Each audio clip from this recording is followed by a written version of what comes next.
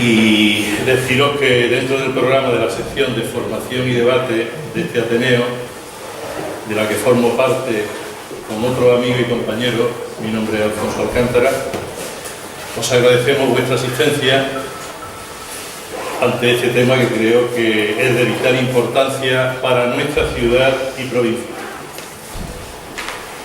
Ciudad y provincia que necesita salir de nuestra eterna situación endémica de desempleo. ¿Qué pasa en nuestra economía que permite que muchos obreros y muchas obreras no tengan trabajo y que puedan vivir con dignidad? Cuando recordamos la historia del movimiento obrero, entre sus prioridades estaba la defensa de los puestos de trabajo, para los compañeros y compañeras y para el futuro de nuestros hijos e hijas. ¿Cuántos puestos de trabajo se han perdido en nuestra ciudad? Miles y miles. ¿Y cuántos de los que existen están en la precariedad y en condiciones nefastas?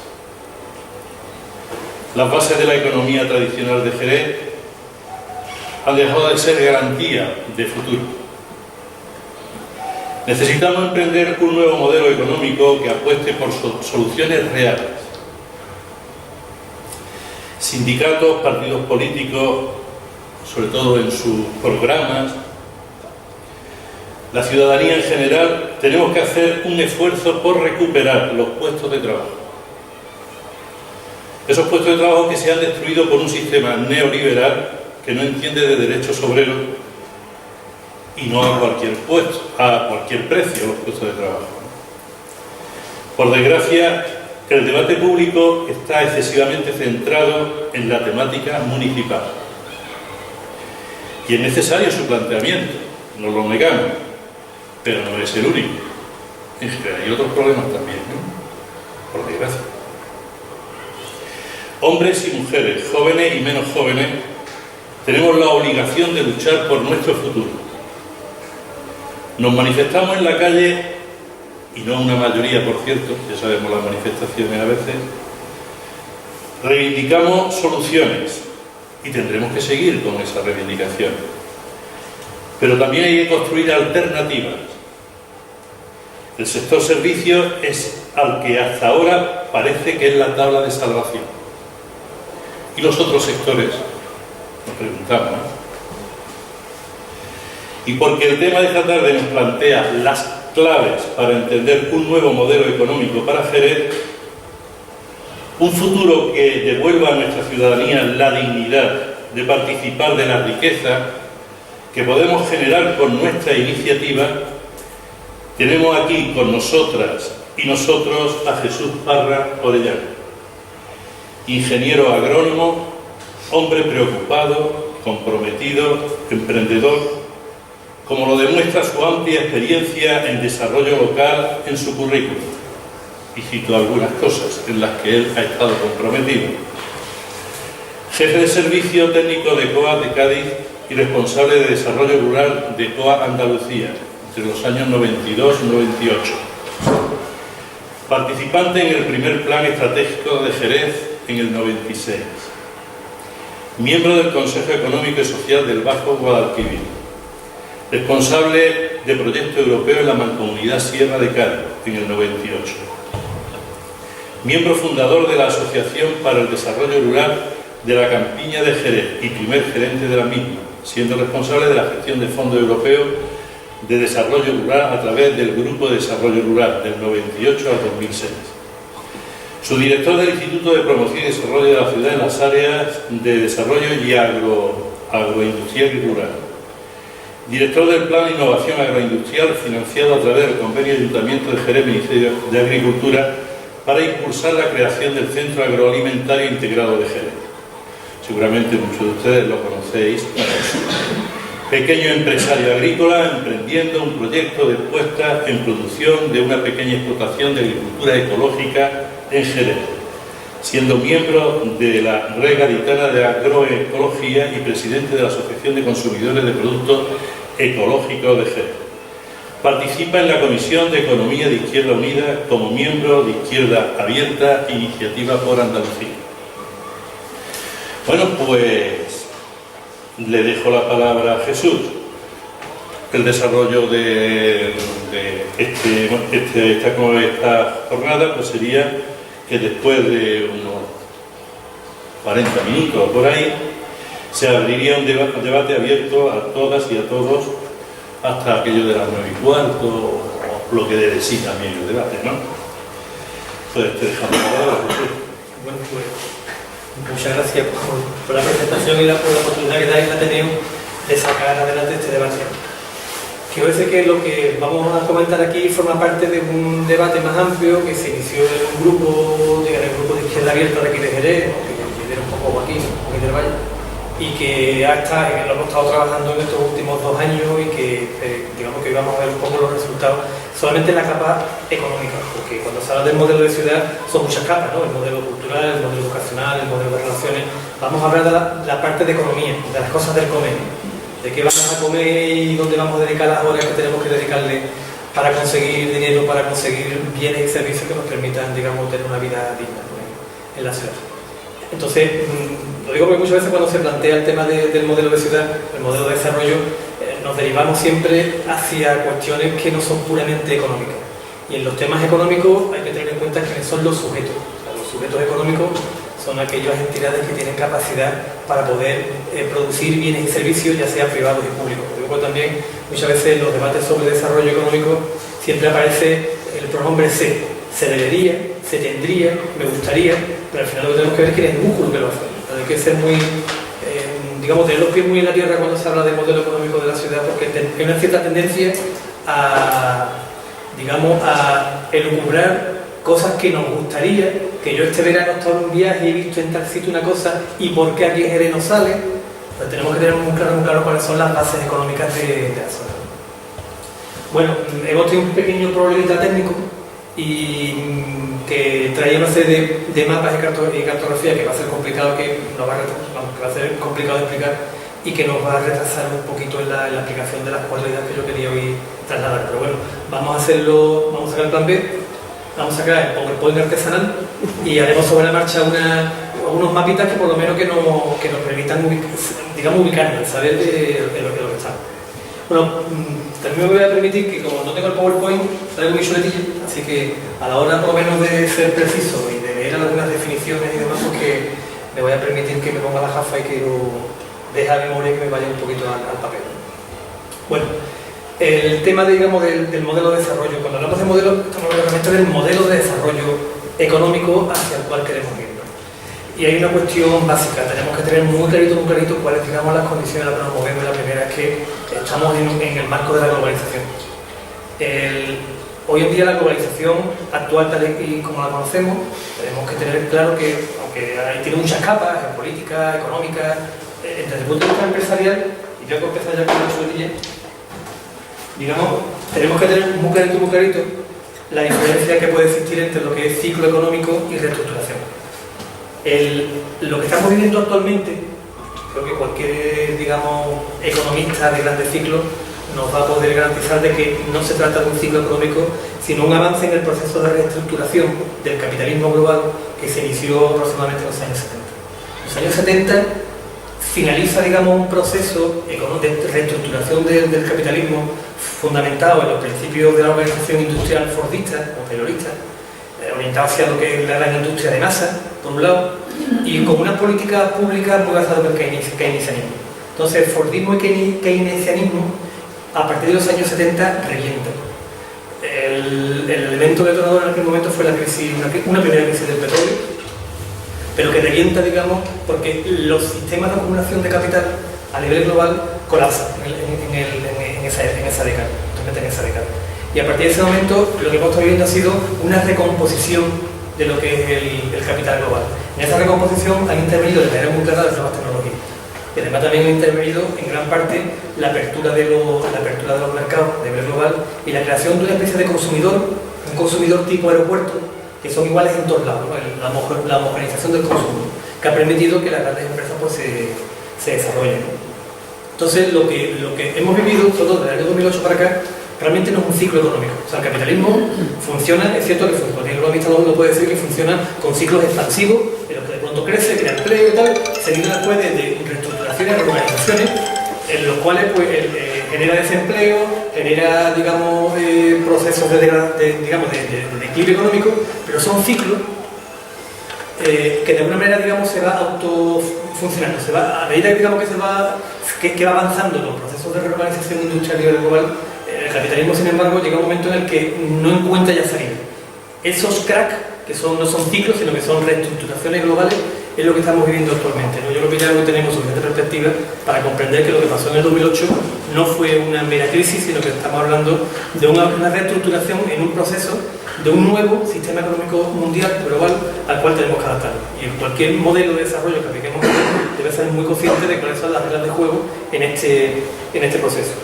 ¿Cuáles son las características del modelo productivo global?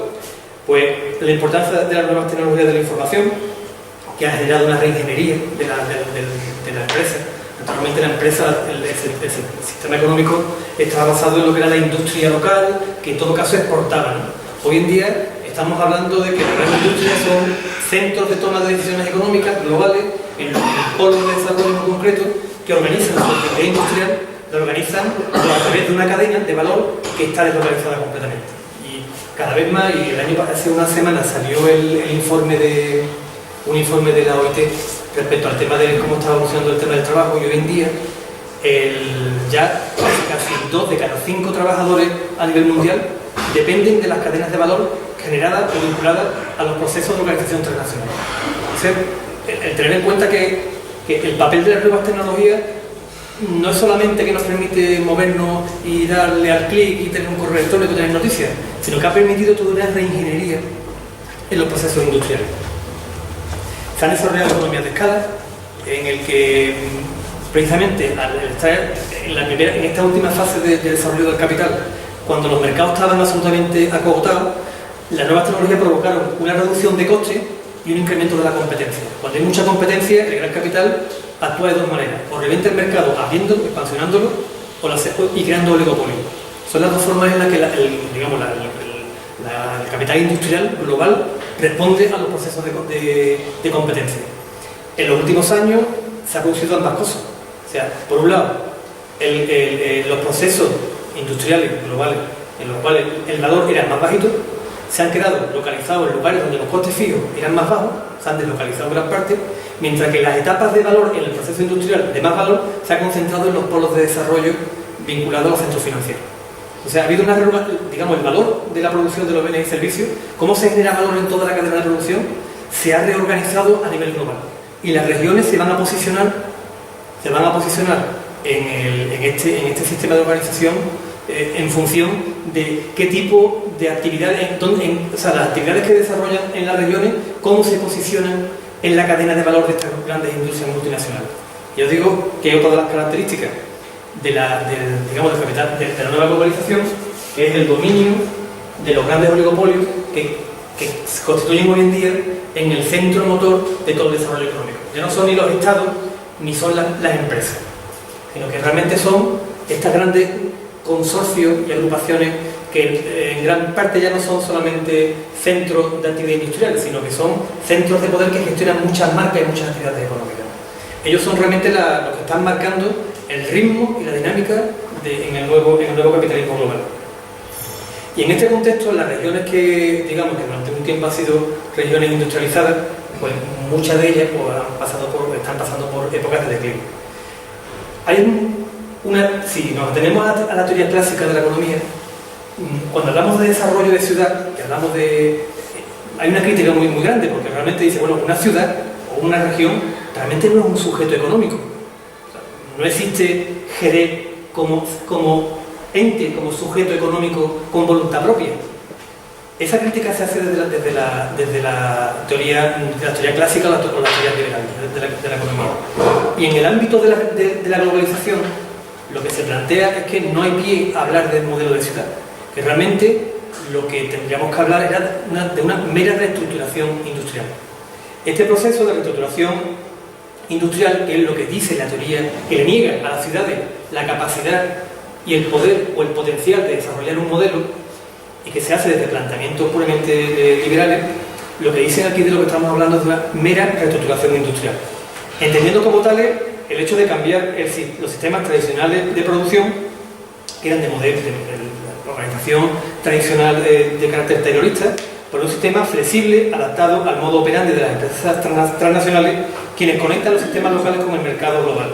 Estas organizaciones operan mediante estrategias de integración horizontal y vertical, comercio intrafirma, multilocalización productiva y otros sistemas de cooperación interna y externa entre la propia empresa, que hacen que sean ellas las verdaderas motoras del crecimiento global.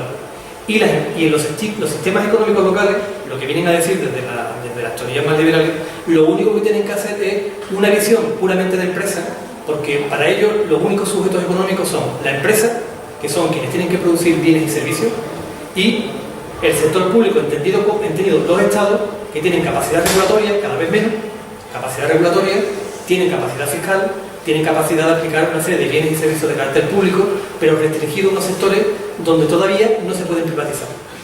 Entonces, esta visión de que no es posible o no ha lugar hablar de modelo de desarrollo económico ha imperado durante un montón de tiempo, diciendo que aquí de lo que estamos hablando meramente en esta fase de crecimiento del capitalismo, de lo que estamos hablando meramente es de una reestructuración industrial.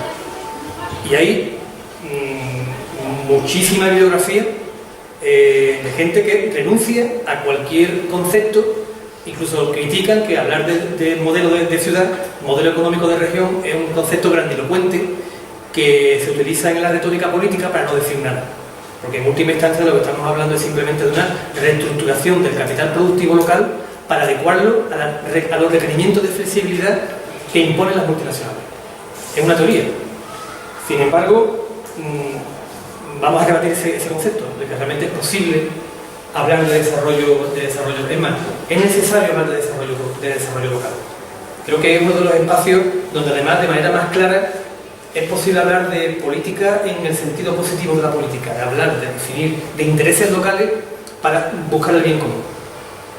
Por eso creo que es interesante que antes de un poco, y es la pena de no tener la cartografía, no, digamos la imagen, pero los dibujitos, que es importante un poco que veamos cómo ha evolucionado la mente de la gente que ha pensado en los modelos de desarrollo. ¿Cómo se desarrolla una ciudad? Te doy 100 millones de euros. ¿Tú cómo desarrollas eso? Pues eso es a lo que se enfrentan los gobiernos municipales, no los gobiernos regionales. O sea, ¿qué capacidad se tiene desde lo público?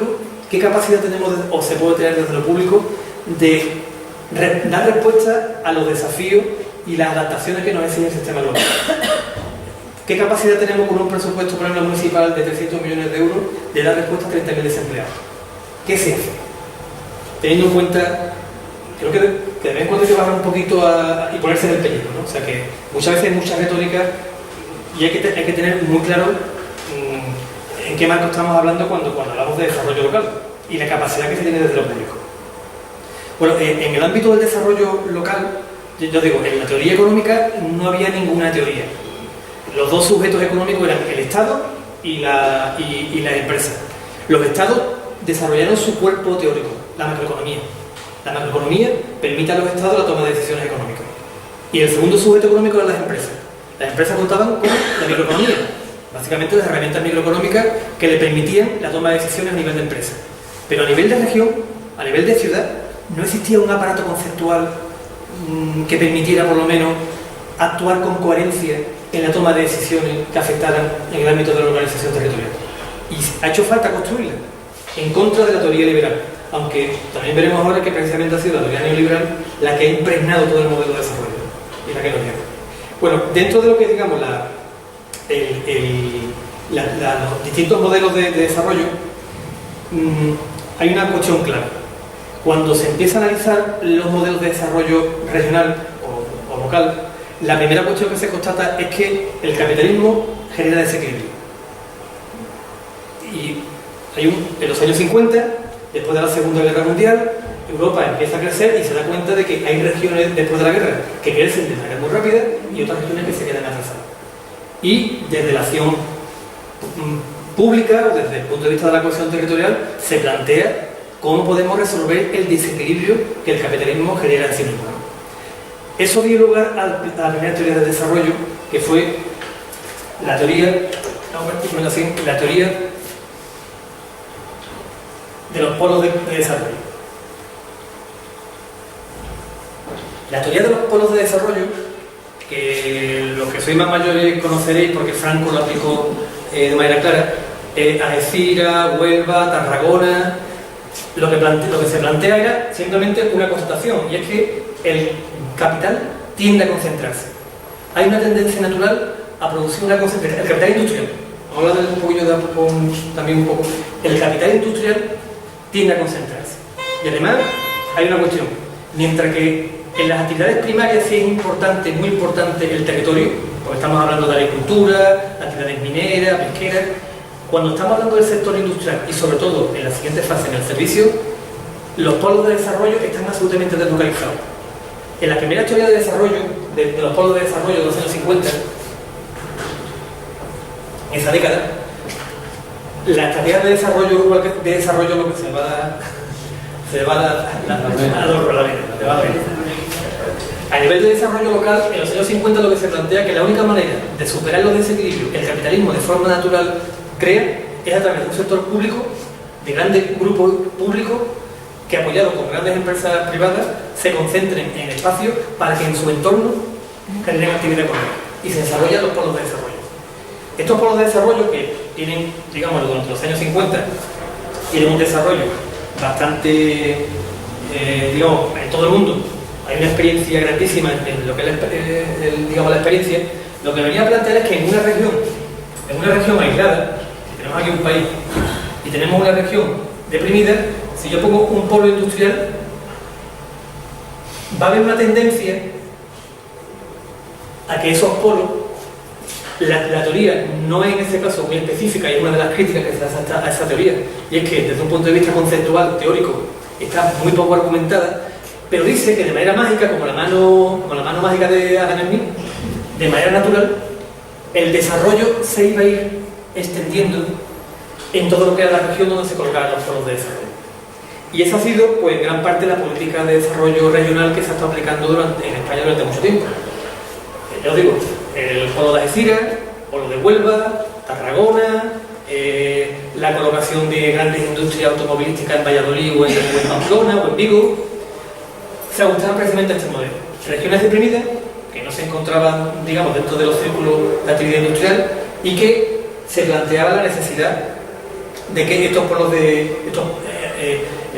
un apoyo público, independientemente del territorio y sin ningún tipo de criterio de carácter, iba a decir, logístico, sino simplemente era necesario la colocación digamos, de esos polos de desarrollo. De hecho, la creación de estos polos de desarrollo, con la experiencia, ya bien metido en los años 50 y 60, sobre todo la experiencia latinoamericana, vino a decir que aunque en un principio tenía un efecto, digamos, como de paracaidista, ¿no? O sea, que en una región que no tenía cultura industrial se aplicaba, se ponía el polo de desarrollo y teóricamente se tenía que producir algo, sí era cierto que en esa experiencia el polo empezó digamos, a aparecer un concepto, y era el concepto de campo de fuerza. Lo que venía un poco a decir era que los polos inducían subpolos en el entorno y el polo mayor era todo como un polo de fuerza. Era como una especie como de que de ahí salían, y sobre todo en la experiencia latinoamericana demostraba que cuando se colocaba un polo de desarrollo, un polo industrial potente, aparecían en ciudades medias del entorno, aparecían también pequeños enclaves industriales vinculados al polo central que, como si fuese un campo de fuerza, ejercían un efecto de dispersión de lo que era el modelo de desarrollo en el territorio. Y esto fue, digamos, la experiencia que llegó prácticamente hasta los años 50-60. Como digo, en los años 70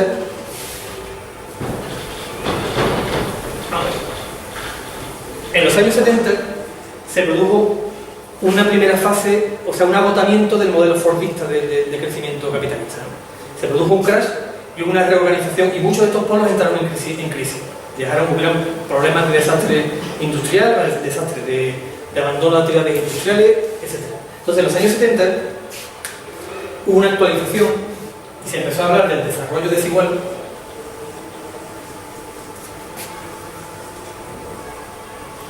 Esto fue a partir de los años 70, que está basado en el concepto de polo de desarrollo. El concepto de desarrollo desigual lo que viene a decir es que los distintos polos industriales de desarrollo, los polos de crecimiento que se aplicaban en las regiones, variaban su reacción en función del tipo de empresa que hubiera motivado el polo. Y esto que voy a comentar ahora sigue estando metido en la médula de los planificadores actuales. Creo que en los años 70 se dijo una cuestión, bueno, que básicamente viene a decir que los polos estaban sustentados sobre 3 tipos de industria. Uno era la industria clave, que era una empresa que se limita a generar múltiples encadenamientos. La industria clave era el ejemplo típico que podemos decir los astilleros en Cádiz. Era una industria que se colocaba ahí y que de alguna manera se suponía que iba a generar cierta actividad en el entorno a través de empresas subsidiarias, etc. O un segundo nivel, que sería la industria propulsora, que era una industria de gran tamaño que manejaba desarrollos tecnológicos avanzados y que es capaz de inducir crecimiento en industrias vinculadas a ella. Este era el caso, por ejemplo, también de algunas industrias, algunos polos, como el polo químico, en el que ya no solamente, el polo aeronáutico, en el cual ya se manejaba una cierta tecnología y inducía innovaciones en el entorno. Y luego había una tercera tipo de empresa, que era la industria motriz, que era aquella que tiene capacidad para generar, adoptar y transmitir innovación. Estos 3 tipos de industria, desde la industria gorda, la industria que maneja un poco de tecnología y la industria que genera conocimiento, que son los 3 tipos de industria, daban lugar a 3 polos o 3 modelos de polo, que digamos que definieron los 3 modelos de desarrollo regional durante la década de los 70 y de los 80, que fueron el polo de desarrollo, que contaba con una o varias industrias motrices y que se movían en un entorno de aglomeración. Bueno, esto lo voy a pasar rapidito porque no me parece bien que estoy viendo arriba, no me da tiempo. ¿Muy bien? Vale. Bueno, estaban los polos de desarrollo, los polos de crecimiento y los complejos industriales. Los polos de desarrollo eran grandes polos industriales donde había un montón de industrias motrices, y prácticamente lo que se venía a decir es que en un país tenía que haber uno o dos polos de desarrollo concentrados fundamentalmente en las grandes capitales.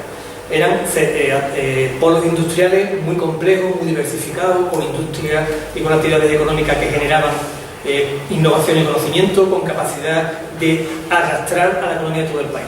Normalmente, en el caso de España, esos polos de desarrollo se colocaron en Madrid, prácticamente en Barcelona, en Bilbao, y hubo un intento también de colocarlo en Sevilla, pero no terminó de cuajar, un poco en el caso español.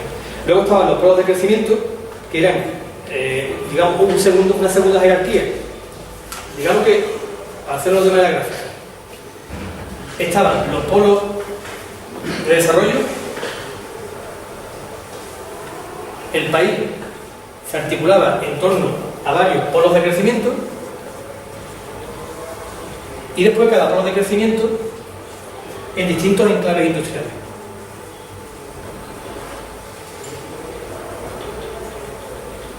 Este era el modelo de desarrollo que se estuvo aplicando regional, que se estuvo aplicando en las políticas públicas durante los años 70 y 80. Un sistema jerárquico en el que, cuando se quería distribuir la actividad económica por todo el país, pues bueno, si en tu región o en tu zona pues era una ciudad pequeñita, mediana y demás, pues te podía crear un enclave industrial. Los polos de crecimiento eran las grandes capitales regionales, os digo, tipo una ciudad de 500.000, 600.000 habitantes, tipo Sevilla, Valencia, mientras que los polos de desarrollo es donde además se concentraba el capital financiero y la capacidad de innovación. En los años 80, ya metido, surge, vinculado a esta organización jerárquica del desarrollo económico, se incorpora al debate o a las reflexiones sobre el desarrollo económico, se incorporan los urbanistas y empieza a hablarse de que ya no solamente es desarrollo industrial, sino que como el desarrollo industrial también implica un proceso de urbanización y de abandono del campo hacia las ciudades, lo que empieza a plantearse es la necesidad de establecer los principios de la ordenación del territorio. Entonces, vinculado a este concepto del desarrollo desigual, aparece el concepto de área funcional.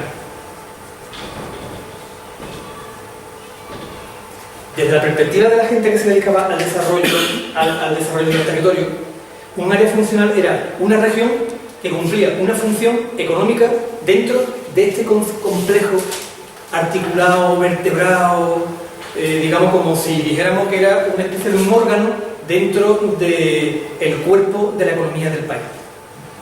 El concepto, digamos, de área funcional, lo que nos llevó a decir es que el desarrollo, a través de estos sistemas jerarquizados, tomaba forma geográfica a través de lo que se llama las redes de ciudades.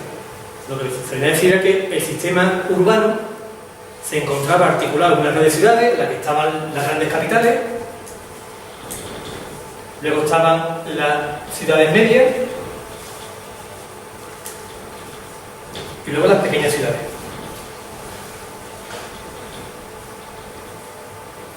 Bueno, pues las capitales serían Madrid y Barcelona, las capitales medias pues serían Sevilla, Valencia,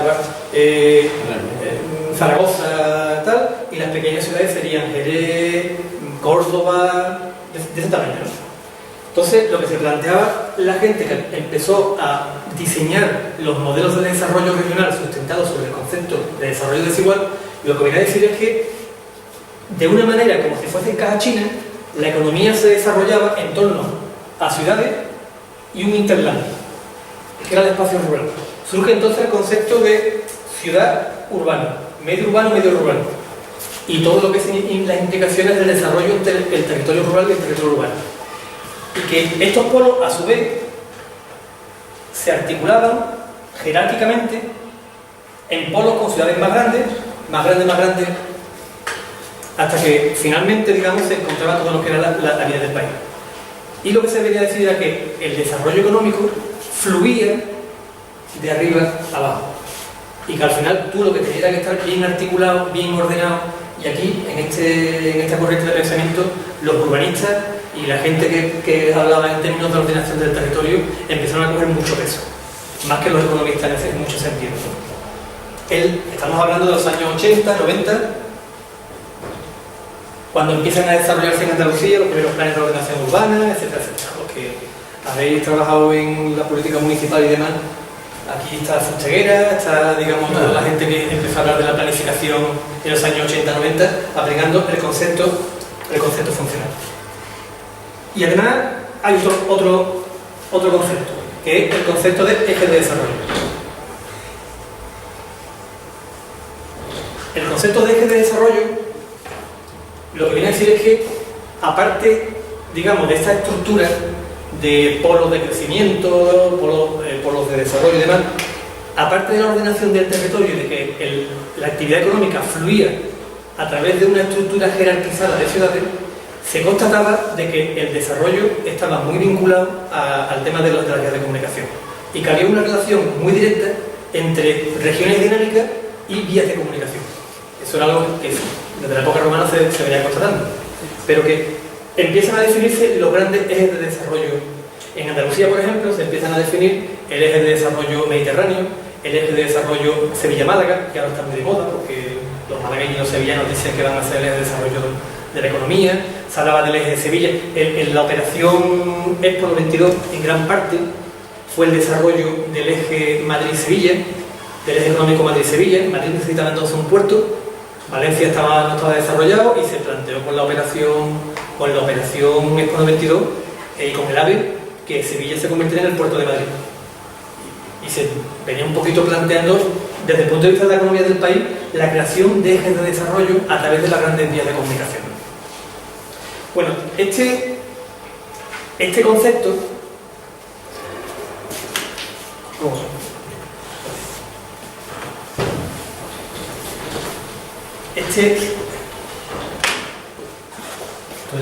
la base de nota del PowerPoint que me parece plin. Está ahí. Esta visión, cuando llega el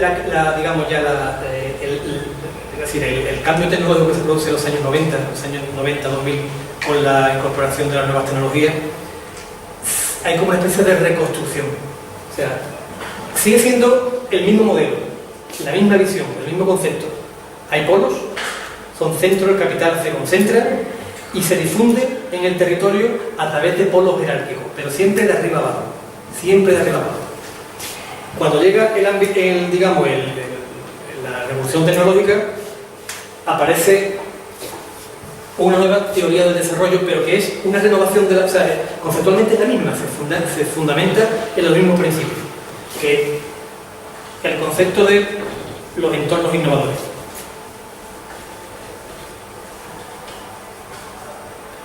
Esto estamos ya en el 2020. Con la incorporación de las nuevas tecnologías, más o menos por esta fecha, en la década de los 90, y con el desarrollo ya de todo lo que son las teorías de la comunicación, la globalización ya lo bestia y demás, se da cuenta que el concepto de innovación aparece como factor clave para determinar las regiones dinámicas de las regiones que no son dinámicas. Y entonces, la teoría de los polos de desarrollo se reconvierte hacia una conceptualización de dónde se genera la innovación. Y no solamente dónde se concentra el capital industrial, el capital productivo, sino en qué sitio, en qué espacio, en qué ámbito se genera la innovación. Esto sería largo y prolijo de contar, pero básicamente voy a intentar resumirlo, digamos una pena que no. O sea, la teoría de los entornos innovadores dio lugar en las políticas públicas a la conceptualización de que el desarrollo de la acción pública tiene que desarrollarse a través de 4 instrumentos de desarrollo. Ya siguen siendo polos, ya veo que son polos de desarrollo, pero modernizados con la pinturita de la innovación, ¿no? Básicamente lo que venían a decir era que las regiones dinámicas, los lugares donde había dinamismo, donde había actividad económica, se podía... ¿Aquí se ve? Sí. Bueno, hay como dos ejes, ¿no? Un eje que podíamos poner la capacidad tecnológica,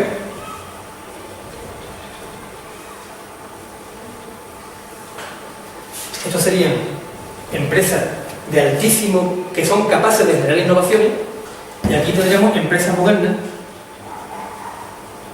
que son empresas que son capaces de absorber innovaciones, pero que no las generan. Estos serían las empresas que están en la punta de la tecnología y que desarrollan nuevos productos y servicios, y aquí estamos las empresas que son capaces de aprovechar esas nuevas tecnologías. Las empresas que no hacen negocio en otras, en este modelo, desaparecen, son regiones en depresión. Entonces, lo que se plantea es que como mínimo para jugar en esta liga, tienes que estar aquí. Y el segundo eje es la importancia del entorno. Es cierto que en esta misión, si aquí se habían incorporado los urbanistas, aquí en este concepto se incorporan los sociólogos. Hay un gurú, un señor de la Universidad de Berkeley y tal, que es español, el Castel, que la Junta de Andalucía prácticamente le hizo un contrato porque quería que diseñara el desarrollo y demás, y prácticamente todo el desarrollo de la política regional andaluza de polos de desarrollo se fundamenta en los libros de Castel. Vamos, es uno de los popes del desarrollo de la innovación. Esto lo que quiere decir es que la innovación no solamente se genera en la industria, sino que además es el entorno, la cultura, las relaciones personales, el entorno, digamos, sociológico, las instituciones, la forma de hacer negocio, la cultura de empresa, todo eso conforma de alguna manera un espacio donde una empresa puede generar innovaciones. Y hay espacios que son proclives a la innovación, y hay espacios que no son proclives para la innovación. Y en torno a este eje, las políticas públicas se tendieron a desarrollar en cuatro espacios. Lo que son los medios innovadores,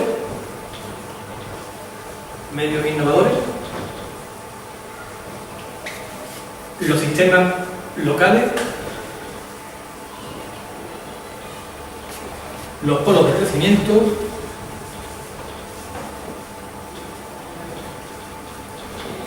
y los tecnopolos.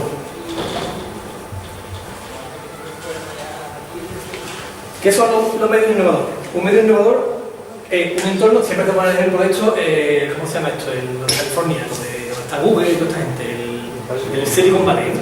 El Silicon Valley. Ese sería un poco el estereotipo del Silicon Valley. O sea, el estereotipo de medio o área o región innovadora. Y ese, digamos, el norte, a lo que se quiere alcanzar, el máximo.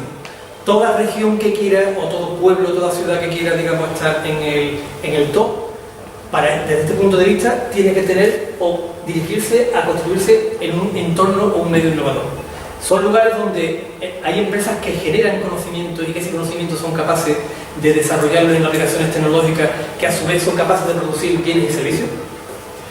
Pero además hay un entorno de flexibilidad, científicos, gente con nuevas ideas, que fluye capital con capacidad de arriesgar en nuevas iniciativas, suelo barato donde no pasa nada el arriesgar, el coste del riesgo no es tanto como en otros sitios y se genera un espacio de carácter innovador. Cuando el entorno no es proclive, pero se está buscando la ubicación de empresas innovadoras, este es el caso que más ha desarrollado Andalucía. Al margen del entorno, me capturo una empresa de alta tecnología y le digo, vente para acá y te coloco. Estos son los parques tecnológicos, los tecnopolos, que la Junta de Andalucía durante los años 2000 tuvo un desarrollo de los parques tecnológicos a la bestia, orientado precisamente a la captura de ese tipo de empresas, pero eran polígonos industriales que lo que se intentaba era captar empresas que se colocaran, con la idea, como decíamos en los modelos anteriores, de que una vez colocadas estas empresas generasen un entorno de desarrollo en el entorno.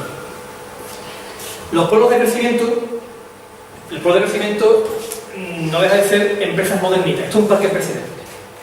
Un parque empresarial. Un poco digo, para hacer una referencia.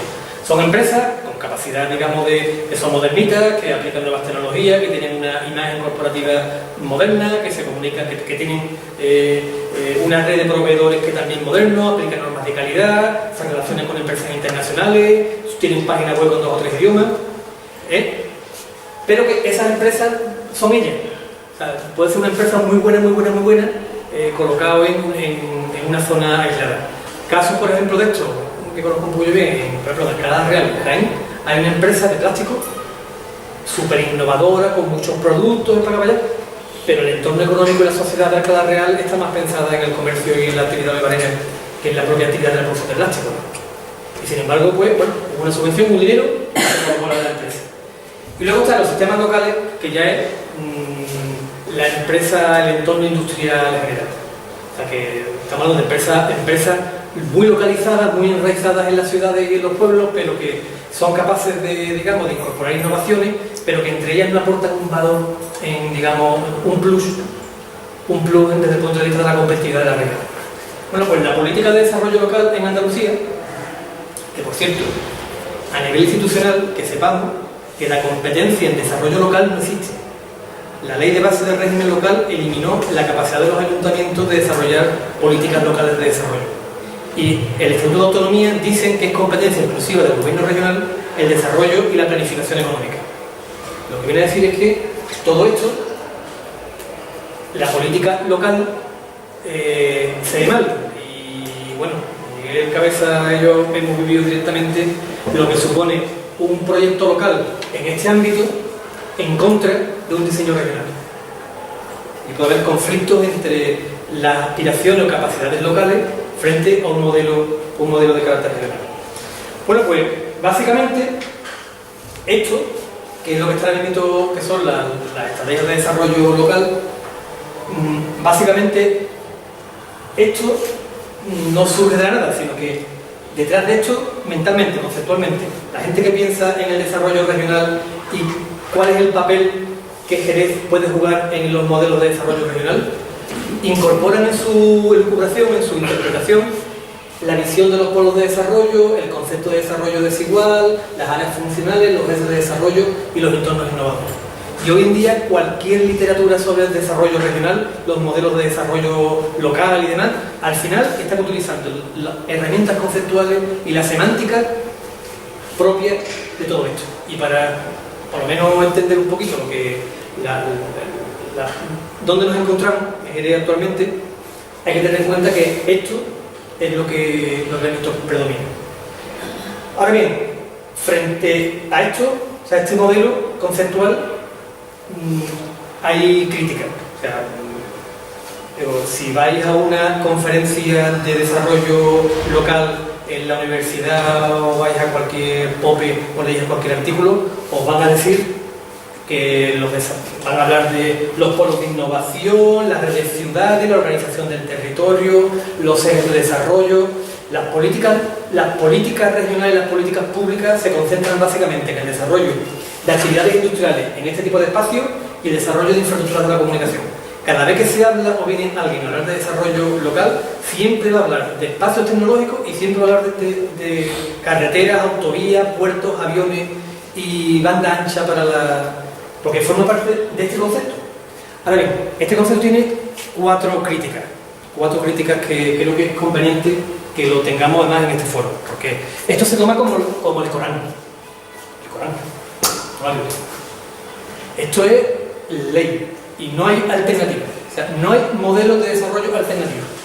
Bueno, pues esto tiene, y la literatura, y la experiencia, y las investigaciones, digamos, de gente que se mueve en economía, en la negocia, te lo plantean. La primera crítica es el carácter mecanicista. O sea, lo que viene a decir esto, los que están de acuerdo con este modelo es que simplemente porque yo cree un tecnopolo en la bahía de Cádiz, voy a desarrollar y voy a crear empleo.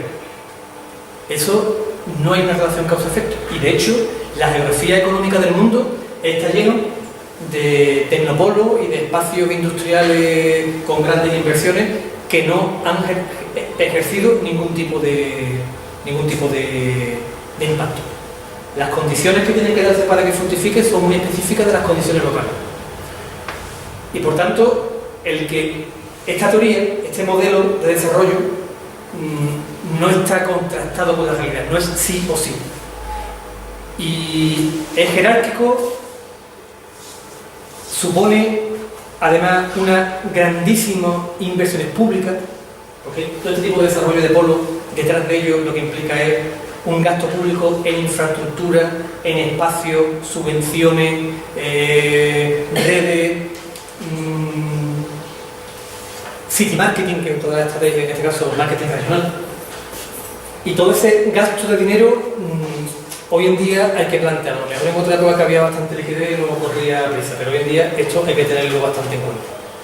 La tercera crítica es que, de gente que dice que en el fondo este modelo, que no es ni más ni menos que descriptivo, o sea, no explica las razones, y que es consubstancial con el sistema capitalista, en el fondo lo que supone simplemente es una forma de ejercer el poder político y financiero a través de una estructura jerarquizada en el cual, a través de los polos de crecimiento, lo que se controla es la economía de las regiones. Y que no solamente es un desarrollo económico natural, sino de lo que estamos hablando es de un sistema de control político. Y de hecho, cuando se ve el sistema económico, el modelo de ciudades europeas, aparece claramente cómo existe una casi vinculación entre centros de desarrollo económico, centros de desarrollo financiero y centros de desarrollo político. Donde están los centros financieros suelen estar las instituciones políticas y los centros de innovación.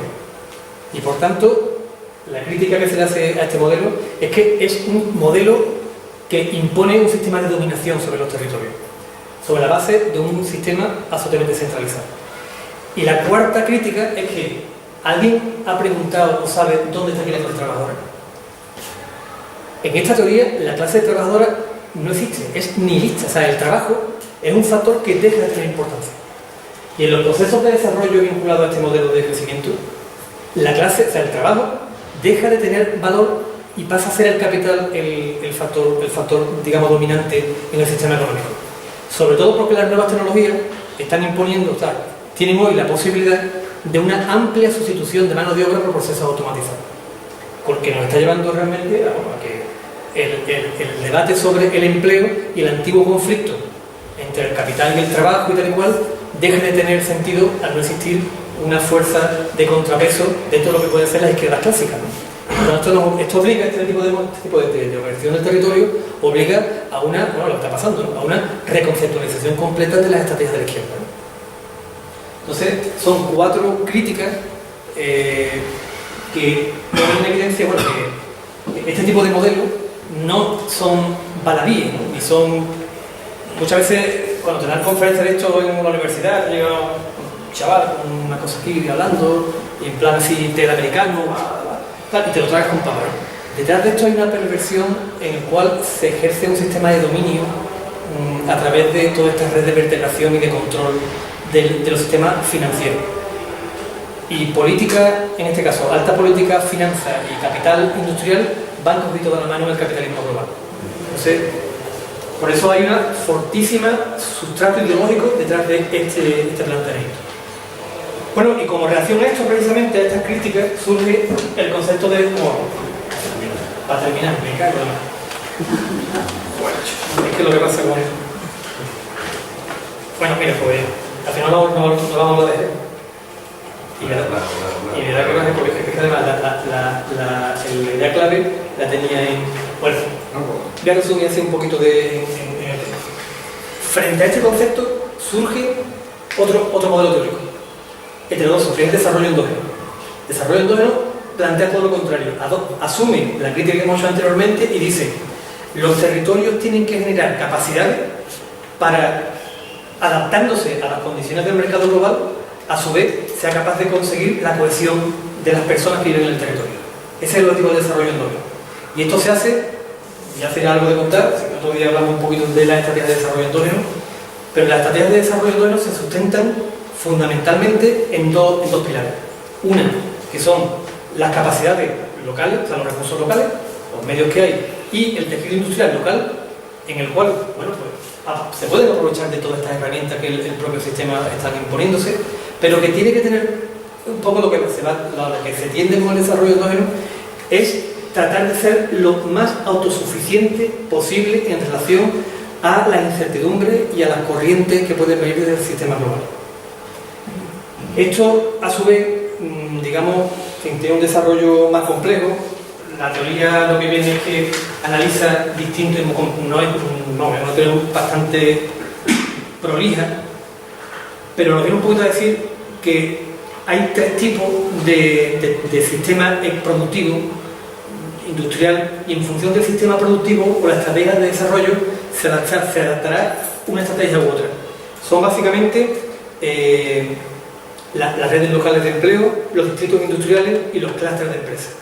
Son tres tipos de organizaciones industriales de carácter local que, en función de la constitución de uno u de otro, se deberá de aplicar una estrategia u otra. En el modelo, vamos a saltar un poquito ya todo esto del estilo, que vamos a pasar a las cuatro ideas, a las cuatro ideas del caso de Jerez. La estrategia, digamos, de desarrollo local podría plantearse, y un poco el debate que hemos tenido en Izquierda Abierta, la estrategia que podemos plantear es: este es el modelo de la Junta, este es el modelo de la Junta. La Junta, ahora vamos a hablar un poquito también del caso de cómo esto se está aplicando en la práctica. Esos son los planitos que trae, por ejemplo. Pero conjuntamente con la visualización del tejido productivo, si tenemos estructura de clúster o tenemos estructura de sistemas desconectados, la manera de organización de nuestro tejido industrial, además de eso, se plantean las estrategias de resiliencia. Las estrategias de resiliencia o de relocalización, pues digamos lo que en fin, hay un artículo este verano en el The Guardian allí en Inglaterra. Ha habido un economista allí que ha sacado un librito que por eso ha montado un serie que se llama El fin del capitalismo, que se sustenta en las políticas de relocalización. Lo que viene a decir es que es necesario crear redes locales de apoyo mutuo, estructuras no basadas en la monetarización, sistemas económicos basados en la confianza y sobre todo en aquellos que son elementos básicos, como pueden ser el tema de la alimentación, la vuelta de nuevo a recuperar el contacto entre la ciudad y los recursos productivos del entorno. Alimentación ecológica, salud orientada hacia o sea, no un sistema de la enfermedad como lo que tenemos, sino una organización hacia la salud, hacia el sistema saludable, en fin. Y hay toda una corriente, digamos, estratégica de ver cómo se puede aplicar todo eso, desde monedas locales, desarrollo de la economía social, apoyo mutuo. Y las estrategias de desarrollo endógeno lo que se centran es, por un lado, en reforzar la competitividad del sistema local, del sistema productivo local, ver cómo se articula de tal manera que sea capaz de competir y adaptarse a las exigencias de la globalización, por un lado, y en segundo lugar, políticas de relocalización que son capaces de crear cohesión entre las personas bueno, hay una cuestión que está más que definida, es que en el actual sistema, digamos, de desarrollo del capitalismo hay dos factores clave, que es la marginación de las clases medias y el empobrecimiento de amplias gamas de la población. Y eso forma parte de una constante del capital. Entonces, la relocalización persigue precisamente, digamos, defendernos con los recursos propios un poco de lo que está generando todo el sistema este de reorganización y estructuración del capitalismo. Bueno, y ahora viene el meollo de la cuestión, que es el caso de Jerez. Y esto es lo cortito y es lo que le pasa. En fin, por todo este entramado teórico, lo que viene un poco a decir es que cuando la gente habla de desarrollo y modelo de ciudad, está hablando de todo ese tipo de cosas. Y hay dos pilares, dos formas de entender las cosas, digamos, por lo menos nítidas.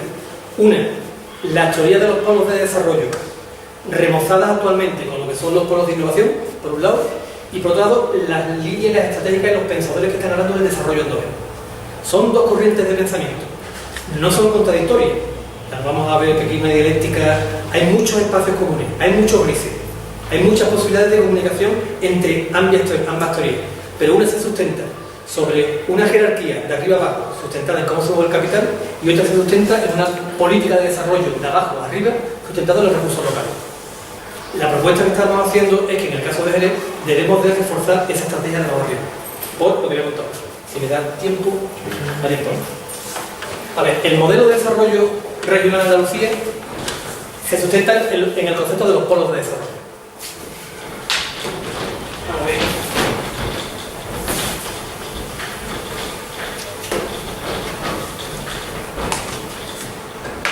Y entonces lo que dice los planificadores de la Junta dice, bueno, en Andalucía hay una red de ciudades, el mismo concepto. Esa red de ciudades, en el POTA, en el Plan de Ordenación Territorial de Andalucía, que hay que leérselo, o sea, quien quiera hacer política en desarrollo local tiene que leerse el POTA. Es una paliza, un nombre feísimo, pero hay que leerse.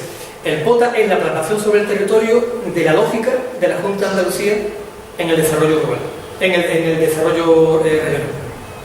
El POTA lleva ya, se ha renovado hace poco tiempo, lleva ya 20 años. La primera cuestión que trajimos al debate es que después de 20 años de aplicación del Plan de Ordenación Territorial de Andalucía y del modelo de desarrollo regional, Jerez y la provincia de Cádiz no levantan cabeza. Por tanto, algo está fallando en el Plan de Ordenación Territorial de Andalucía. Algo hay que cuestionar del Plan de Ordenación Territorial. Algo. Porque sistemáticamente no funciona. El POTA lo que viene a decir es que en Andalucía hay, a ver si me sale esto más bien,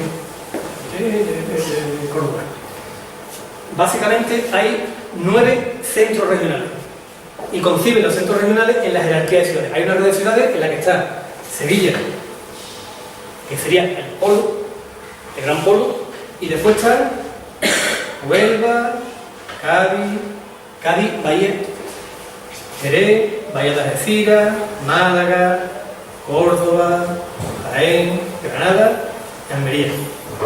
Esta es la red, digamos, y el modelo de desarrollo de polo de la Junta de Andalucía se sustenta en esto.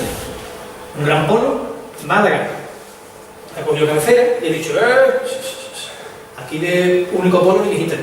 Y entonces ahora, justamente en estos últimos años, está habiendo una competencia urbana y se está hablando del eje Málaga-Sevilla. Todo esto, para reforzar esto, ¿qué significa? Significa dinero público en infraestructuras, carreteras, el AVE, aeropuertos, centros industriales, etc. En el caso nuestro, el Plan de Desarrollo Rural, el POTA, habla de Jerez, de Cádiz y de Jerez. Pero al minuto siguiente de nombrarlo, Jerez desaparece completamente del Plan de Ordenación Territorial de Andalucía. Viene a decir que el plan, lo que voy a decir es que los de estos centros, la Junta los dotará de una serie de servicios, como sus centros regionales, y esos servicios o esa inversión pública a desarrollar, en el caso de Jerez, lo que hacen es que lo integran. Si miramos ya cuál es el modelo que pretende la Junta de Andalucía, aquí no hay que mirarlo en el POTA, hay que mirarlo en el Plan de Ordenación Territorial de la Bahía de Cádiz. Cuando miras el Plan de la Bahía de Cádiz, a ver si me sale.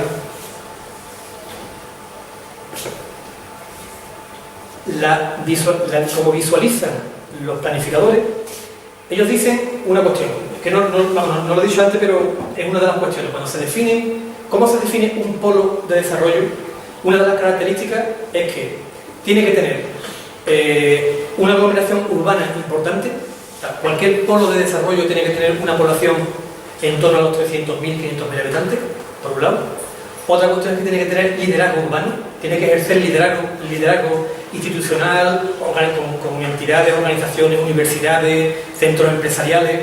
Tiene que tener un liderazgo urbano que permita el arrastrar el entorno. Y los planificadores vienen a decir que, lo dicen con la boquita callada, pero dicen, Jerez sí lo tiene, pero Cádiz no lo tiene. Desde hace 20 años, la política regional de la Junta de Andalucía se está centrando en reforzar el liderazgo urbano de un nuevo Cádiz. El modelo que subyace debajo del Plan de Ordenación Territorial de la Bahía de Cádiz es la conformación de un nuevo espacio urbano que se llama Bahía de Cádiz, Ciudad Bahía de Cádiz. El Plan de la Bahía de Cádiz lo puedes leer, es un tochito, pero la ideología que subyace o la visión que subyace es la siguiente. La Bahía de Cádiz, o sea, la conurbanización Jerez Bahía de Cádiz, pero que desaparece la palabra Jerez, se organiza de la siguiente manera. Hay un centro donde concentrar toda la actividad, donde se quiere construir un liderazgo urbano conformado por Cádiz, San Fernando y Puerto Real. Este sería el centro donde todo el desarrollo y se concretarían todo el polo de desarrollo económico tal y como lo hemos planteado. En torno a esto hay una población cercana a 300.000 habitantes casi. Una segunda, Corona. Bueno, esto tendría, pensando en el concepto de funcionalidad. Desde el punto de vista funcional, aquí es donde estarían el centro político, el centro financiero, el centro cultural, la toma de decisiones. Estaría aquí. Y con un potente desarrollo industrial centrado en el proyecto clave para este modelo, que es las aletas. Las aletas, el proyecto de las aletas. Este es el centro. Un segundo anillo, cuyas funciones son de carácter puramente residencial y empresas de segunda categoría, donde estaría el puerto de Santa María y Chiclana. Este sería, digamos, el segundo anillo. En torno a este anillo, pues se desarrollaría fundamentalmente en los crecimientos poblacionales, la vivienda, la construcción y demás, que este entorno no puede soportar. Aquí están los parques naturales, el turismo.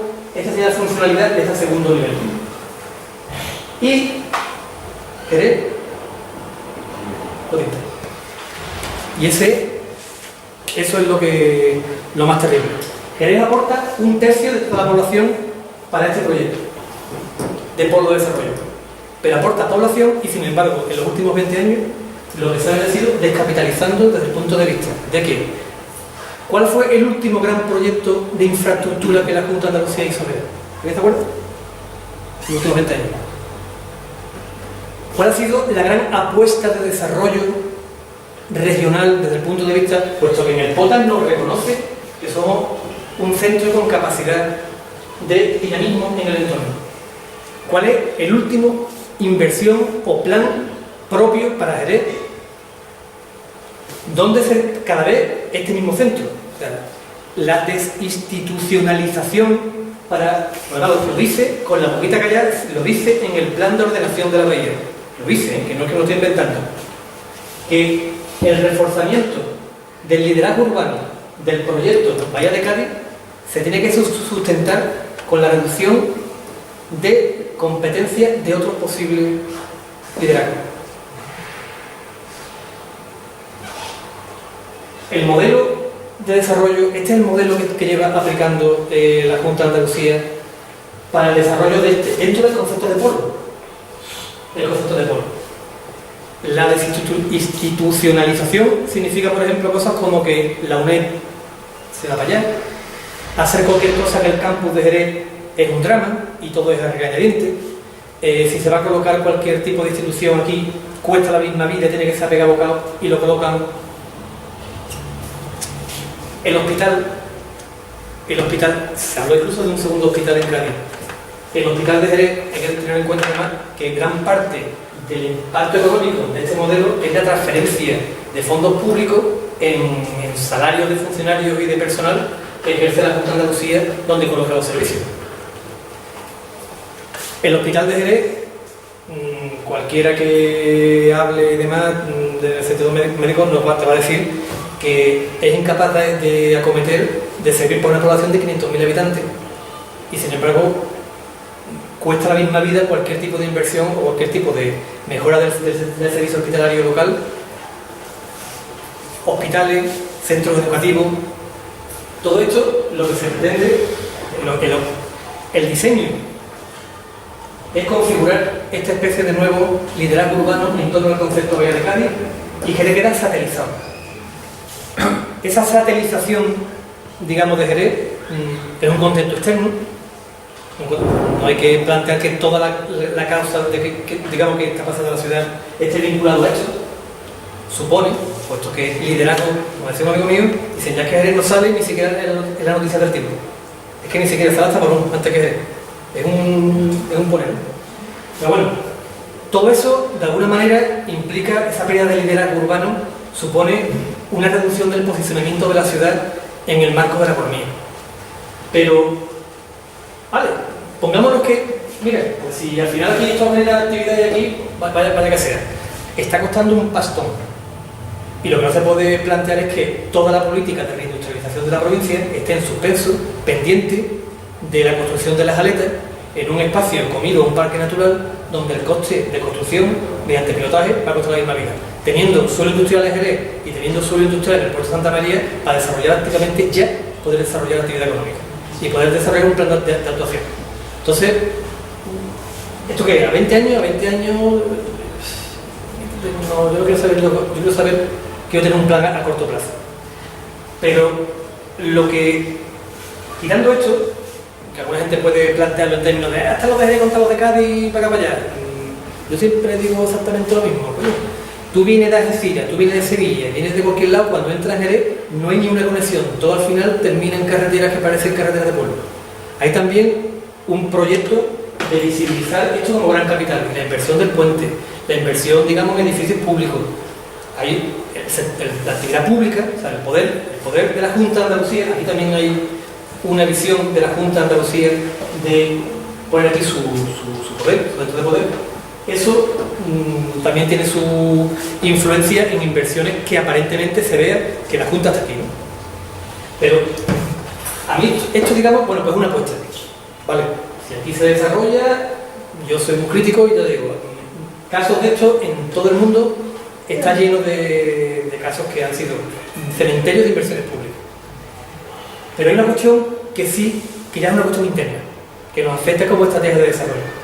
Y es que si analizamos desde la perspectiva del desarrollo endógeno, hay una propuesta que al principio del desarrollo regional, allá por los años 80-90, cuando se hablaba de la comarcalización, no sé si lo que se dice más bien, creo que es moviste un poco más los movimientos andalucistas, y se habló de que aquella incipiente Junta de Andalucía se iba a organizar territorialmente en torno a una comarca, y que rápidamente desapareció y apareció de nuevo la provincia franquista como instrumento de articulación pública, del sector público.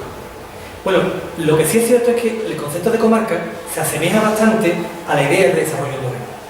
Y aunque no se pueda hablar de las comarcas como provincias pequeñitas, que creo que es el error que en aquel momento se intentaba, que era decir que una comarca es como una provincia pequeñita, ¿no? Lo que sí es cierto es que Jerez, el propio Pota lo dice, pero después la cosa es que dice, y yo, sigue. Lo que viene a decir es que, a ver, lo vuelvo. Tenía un mapita ahí, oh. A ver cómo lo pongo. Como estrategia de desarrollo local, lo que venía a ver si esto más o menos es más o menos. Aquí está Sevilla, ahí está Jerez y la Bahía de Cádiz. Lo que sí estudio, vamos, tenía ya hasta una gráfica en la que se veía claramente que existe un espacio económico que todo este proyecto lo está ocultando y que sin embargo supone un potencial de desarrollo económico de carácter endógeno que se está perdiendo como consecuencia de que toda la inversión pública está centrada en este modelo. Y eso sí me preocupa, el costo de oportunidad. A mí, que aquí se quieran desarrollar y quieren hacer un polo como en Franeo, mira, esto puede parecer de coña, pero yo he escuchado en una reunión de gobernación, en gobernación es una reunión que nos reunimos sobre el modo de desarrollo, así, esto es como Nueva York, en el que Cádiz es Manhattan. O sea, que no es ninguna cosa, que es una coña, pero está ahí, que forma parte de la estructura mental del proyecto de desarrollo regional. Forma parte. Bueno, frente a eso, nos encontramos con que sería interesante profundizar con datos más claros, pero bueno, yo creo que de manera intuitiva lo podemos tener. El propio plan reconoce de que, hay un espacio económico con una base común sustentada en la agricultura de regadío, en una industria de equipamiento de la metalmecánica que de alguna manera se había especializado en el tema de construcción, pero que también es capaz de trabajar temas de líneas de equipos para la industria, en productos industriales, desarrollo del turismo residencial y desarrollo del turismo cultural, en torno al eje Sanlúcar-Jerez-Arcos.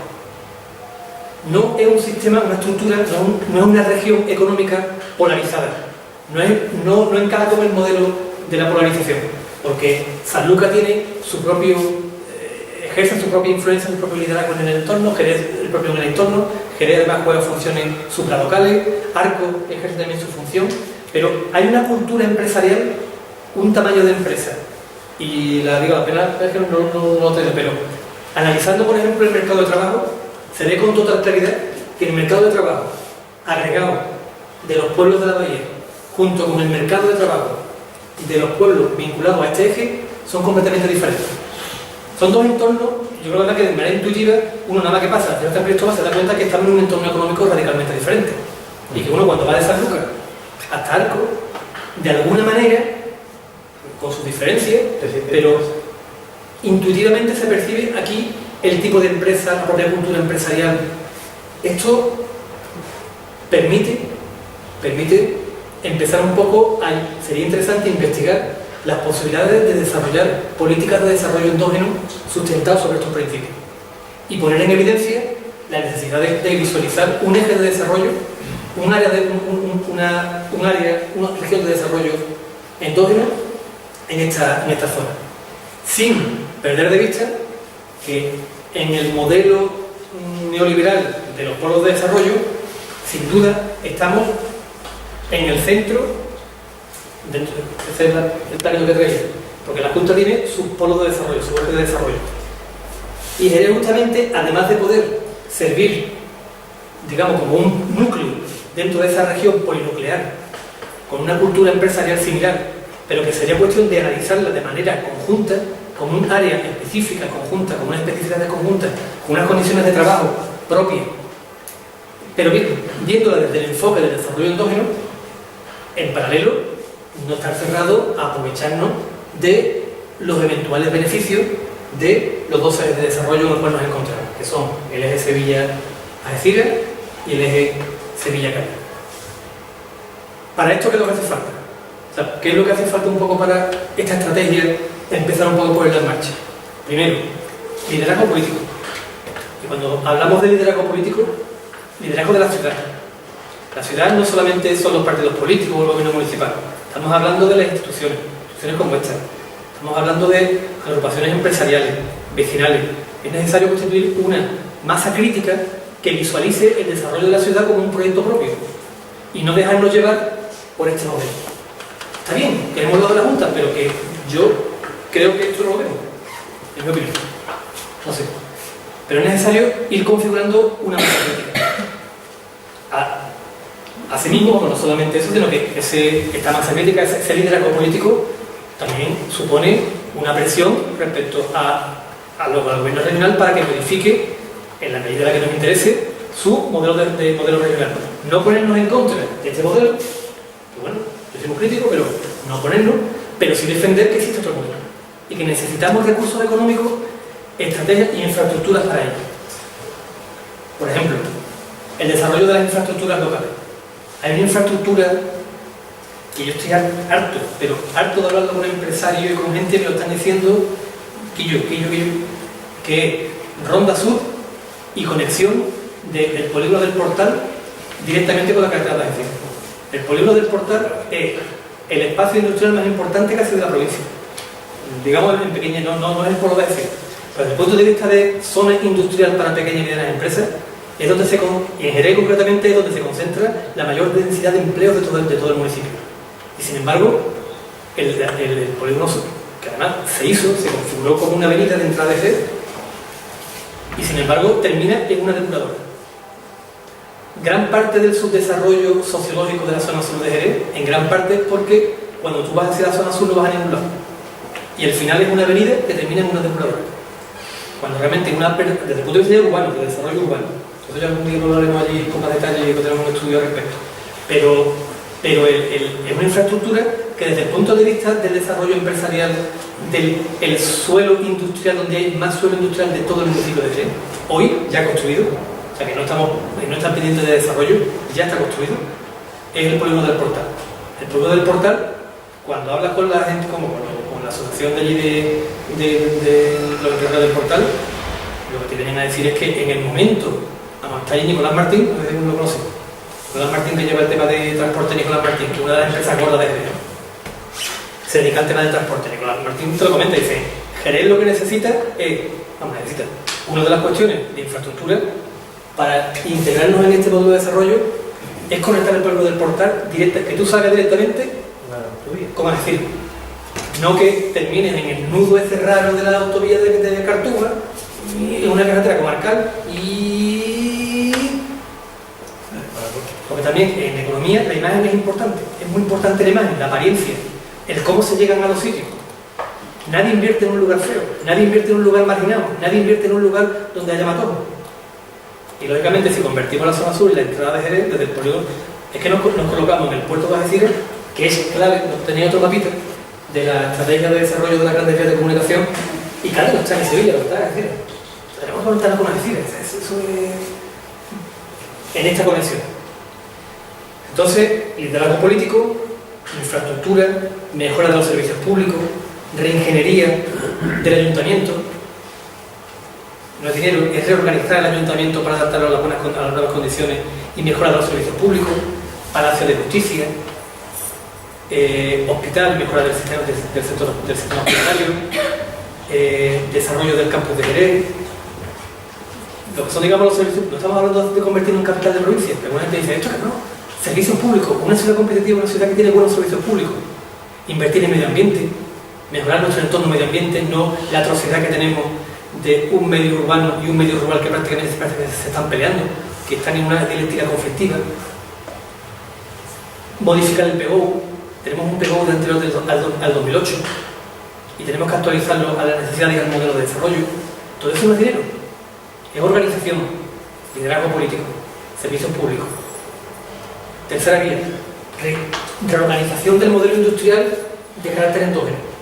Las pymes, las pequeñas empresas, desarrollo rural. Todo eso hay fondos. Y lo que tenemos que dotarnos es de los medios y de los instrumentos para poder hacerlo. Y luego, por último, las políticas de globalización. Agricultura ecológica, redes locales, redes de autoayuda, tercer sector, cooperativas, financiación propia, bancos del tiempo. En fin, un poquito más... más de programación. Pero en fin. No, pues entonces... Lo digo porque...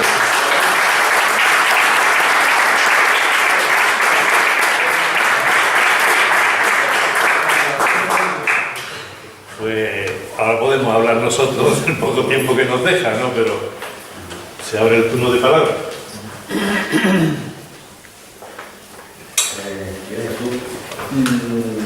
Tú lo que has planteado, yo te voy a hacer una propuesta y tú me contestas como más técnico, si puede ser también diario. Plantea un N Sanlúcar, Jerez y Arco. Vale. Ya, yo que venía pensando cuando yo leí por Facebook todo lo que realmente se podía plantear aquí, Jerez es evidentemente ciencia rural. gran industria que ha estado hoy día o tuvo desde los años 80 su decadencia, ¿no? La industria vinícola, pero Jerez realmente se ha abastecido siempre de la sierra en su mano de obra.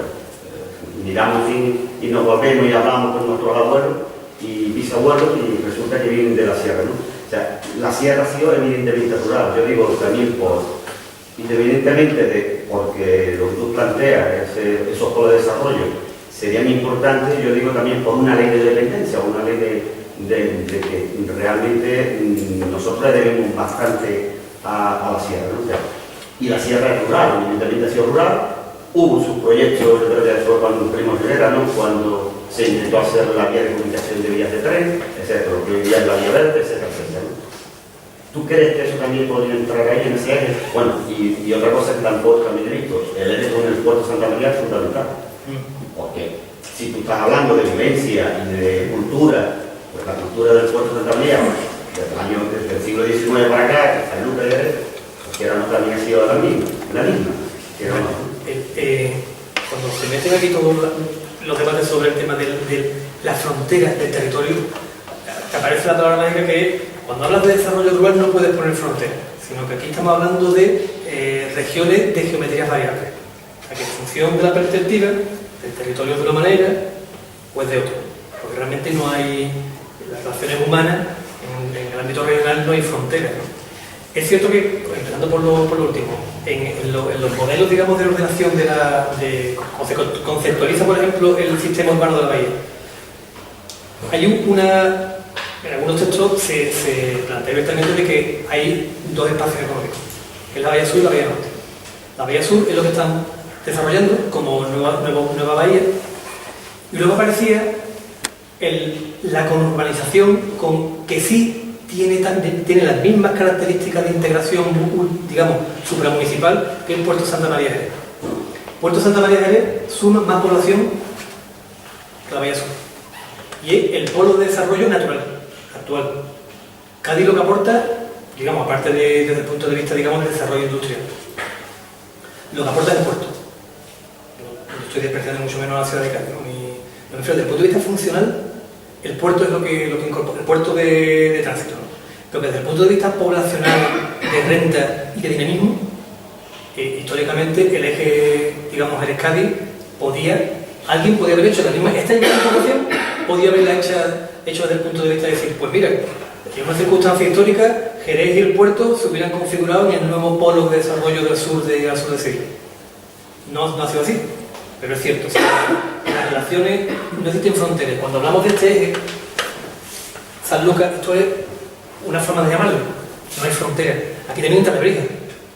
Tú coges los datos, si incorporamos Lebrija, el territorio de Lebrija, nos encontramos desde el punto de vista del desarrollo agrario con la región económica donde existe la mayor concentración de tierras de regadío de toda España. El potencial económico que supone, aparte de los regadíos de costa noroeste, los regadíos del Guadalcacín y los regadíos del R12, nos encontramos con una superficie de regadío con un potencial brutal desde el punto de vista económico. De eso podríamos, porque un poco ya ese es mi tema al que más me dedico, ¿no? De eso podríamos estar hablando tela. Pero lo que quería un poco decir que no pongamos fronteras. Por eso, por llamarlo de alguna manera, San Lucas es Arco, pero San Lucas tiene su entorno de influencia, lógicamente ejerce un liderazgo en el territorio circundante. Jerez ejerce el liderazgo en su entorno circundante. Las relaciones con el puerto son de hermanos, son de relaciones completamente integradas. Y luego Arco ejerce esa función, digamos, de articulación de todo lo que es la sierra. Este eje también, desde el punto de vista de los desequilibrios territoriales, va por... Cuando digamos, yo he intentado discutirlo en algunos foros en el que se ha dado pie a la crítica del modelo de la Junta, lo he puesto en evidencia en el tema del desequilibrio. ¿Alguien puede pensar que este modelo de desarrollo polarizado de un centro que lo que quiere es competir con Sevilla, también hay mucho de localismo adita contra Sevilla, ¿alguien me puede decir que esto va a ejercer algún tipo de influencia económica sobre la sierra y el interior y el interland rural de la provincia de Cádiz? Yo tengo mi duda, ¿no?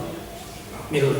Ahora, un eje de desarrollo endógeno de estas características En el año 85, 86, por ahí, cuando se empezaron a hablar de los ejes de desarrollo de Andalucía, el grupo de Málaga, un grupo de Málaga, contrario al centralismo sevillano, empezó a hablar de la existencia en Andalucía de un eje de desarrollo intermedio, que lo que conectaba, ponía en evidencia, que entre la Carolina en Jaén, hasta Priego, pasando por Priego, Lucena, toda la zona sur de Córdoba, existía una red de ciudades medias que tenían un desarrollo endógeno propio, fundamentado en industria, en pyme, de la carpintería, de la metalmetálica, de la metalmecánica, de la cristalería, materiales de construcción, que estaba ejerciendo una función de expansión, desde el punto de vista del desarrollo endógeno, de conexión y de expansión del desarrollo en un entorno absolutamente rural.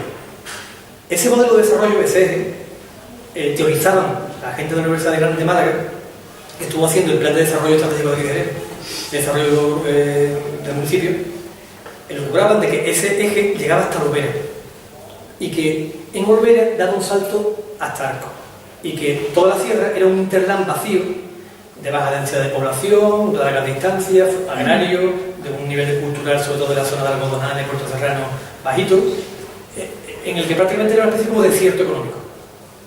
La propuesta que se hacía con este modelo de desarrollo endógeno era servir precisamente de puerta al desarrollo de toda la sierra. Evitar el desequilibrio territorial que puede existir en toda la zona de la sierra, sobre todo hasta la zona de Olvera, porque lo que es el parque natural tiene su propia dinámica, tiene su dinámica ya propia, pero todo lo que es la parte de campiña y de sierra de Olvera, que es donde se encuentra ese espacio, ese desierto económico, se planteaba la necesidad de reforzar una estrategia de desarrollo endógeno. Estamos en el año 86. La realidad se ha impuesto y ahora mismo los mayores problemas de desempleo que hay en la provincia y las mayores dificultades desde el punto de vista de buscar soluciones al desempleo se encuentran de Arco para allá. De Arco para allá. O sea, que alguien me diga, otro día estudió en Villa Martín y bueno, hablando allí con los compis, y yo, que nada, con Puerto Serrano no le gusta nada, igual a Algodonales. Entonces, este diseño lo mismo que yo, desde aquí se propone un paraíso industrial, un diseño de desarrollo endógeno sustentado en este eje, probablemente tenga un impacto positivo de difusión del desarrollo con todo lo que es la sierra. Pero es una teoría, o sea, no te puedo decir datos reales, después lo busca uno. ¿Sabes? Si ya son los dos, pienso yo, no tiene por qué ser competitivo. No, al contrario, puede ser tan complementario. Pienso yo que el eje de la Vía de Cádiz va a terminar siendo turístico. Pero mira, solamente hay un problema, que yo por eso cuando digo la opción de hablar de esto, es cuando yo digo, quieto para. El problema es que para el desarrollo de esto, para argumentar las inversiones, las ingentes inversiones que requiere este desarrollo urbano en infraestructura, necesitan población. Y ese es el problema, nos tienen como rehenes para justificar esto. Y ese es el problema. Si se le llega un desarrollo propio, perfecto, no pasa nada. Pero tú, encantado, no es malo, ¿verdad? Es un modelo de desarrollo, en algunos lados ha venido bien, en otros lados ha fracasado, que sea lo mejor para todos. Hay relaciones, no hay fronteras, o sea, muchas empresas que vienen aquí, o sea, no hay fronteras. Pero el problema es que para justificar esto se está cogiendo la población de Jerez y se está incorporando. Leerse la iniciativa territorial integrada de Leerse, Bahía de Cádiz, y de pronto desaparece Jerez completamente. Ya es Bahía de Cádiz. Solamente hay dos proyectos en sí que en la ITI aparece definido. Y la ITI son un montón de millones de euros, que son la ruta del vino. Yo personalmente creo que hay yo ya he hecho el estudio de la ruta del vino. La ruta del vino, del viñedo. Aparte que ahí huele a especulación inmobiliaria, huele. Ya Pacheco estuvo haciendo un hilo para que toda la zona del viñedo fuese una zona residencial. No entonces es bueno o malo para allá, pero más allá de eso, yo no conozco, y me he recorrido todas las viñas, yo no conozco una cola de gente llamando a la puerta diciendo que yo quiero poner mi viña en un spa, un hotel, o quiero hacer la Toscana. Y me la estoy recorriendo, de hecho ahora estoy dedicado a eso, ¿no? Es más, gran parte de la gente de la villa dicen que no quieren gente andando por los campos. O sea, es un proyecto inducido, en este caso por el gobierno anterior, que el gobierno regional, un poco para tapar, lo ha como cogido, ¿no? Pero realmente el impacto económico que puede tener ese proyecto, ese es uno. Y el otro proyecto es el sector tecnológico del vino, que el sector tampoco lo ha pedido. Entonces, son como dos especies de, digamos, de caramelitos que en la ITI se le da a Jerez cuando, al no tener liderazgo político, liderazgo urbano, la propia ciudad no ha sido capaz de imponer en la ITI los proyectos de ciudad. Que debería eso sí es importante. Liderazgo urbano significa tener proyectos de ciudad. Y sin embargo no lo han impuesto. La ITI no parece nada específico. Tú miras la ITI y hay dinero para desarrollar esto explícitamente recogido. Para esto. Entonces, ese liderazgo urbano, ese liderazgo, político, pero no en el sentido no solamente de partido, de gobierno, sino un liderazgo de ciudad, es lo que hace falta ahora mismo que en la ciudad, para defender modelos alternativos que puedan aprovecharse de esto, pero que digan, oiga, me parece muy bien que desarrollen pero por meter, ustedes están justificando para que los fondos europeos vengan aquí, están diciendo que la bahía de Cádiz es una población de 700.000 habitantes y están metiendo los 220.000 de ellos. Y sin embargo, no, estamos fuera. Y no podemos desarrollar esto. Esa es mi pregunta. El costo de oportunidad. Y... Perdón. Me calveo. Que respecto del PTA, la Junta de Andalucía que ha propuesto, bueno, no comprar los 100%, pero sí ser mayoritaria, comprar el 51%, ¿no?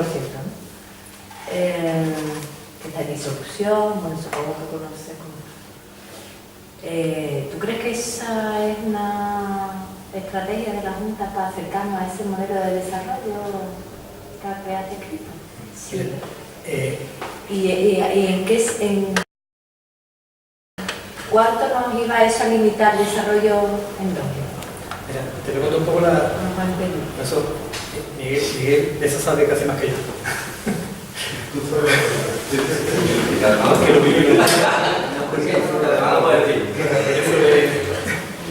Bueno, a ver, la idea, el PTA, a mí me dijo un consejero que el PTA de Jerez no estaba en el mapa. No estaba en el mapa. El Jerez no iba a tener parque tecnológico. No estaba ahí. Porque en el modelo de polo de desarrollo, este que tiene en Andalucía, este modelo de los tecnopolos, había uno por capital de provincia. Y el Jerez lo tocaba. Simplemente.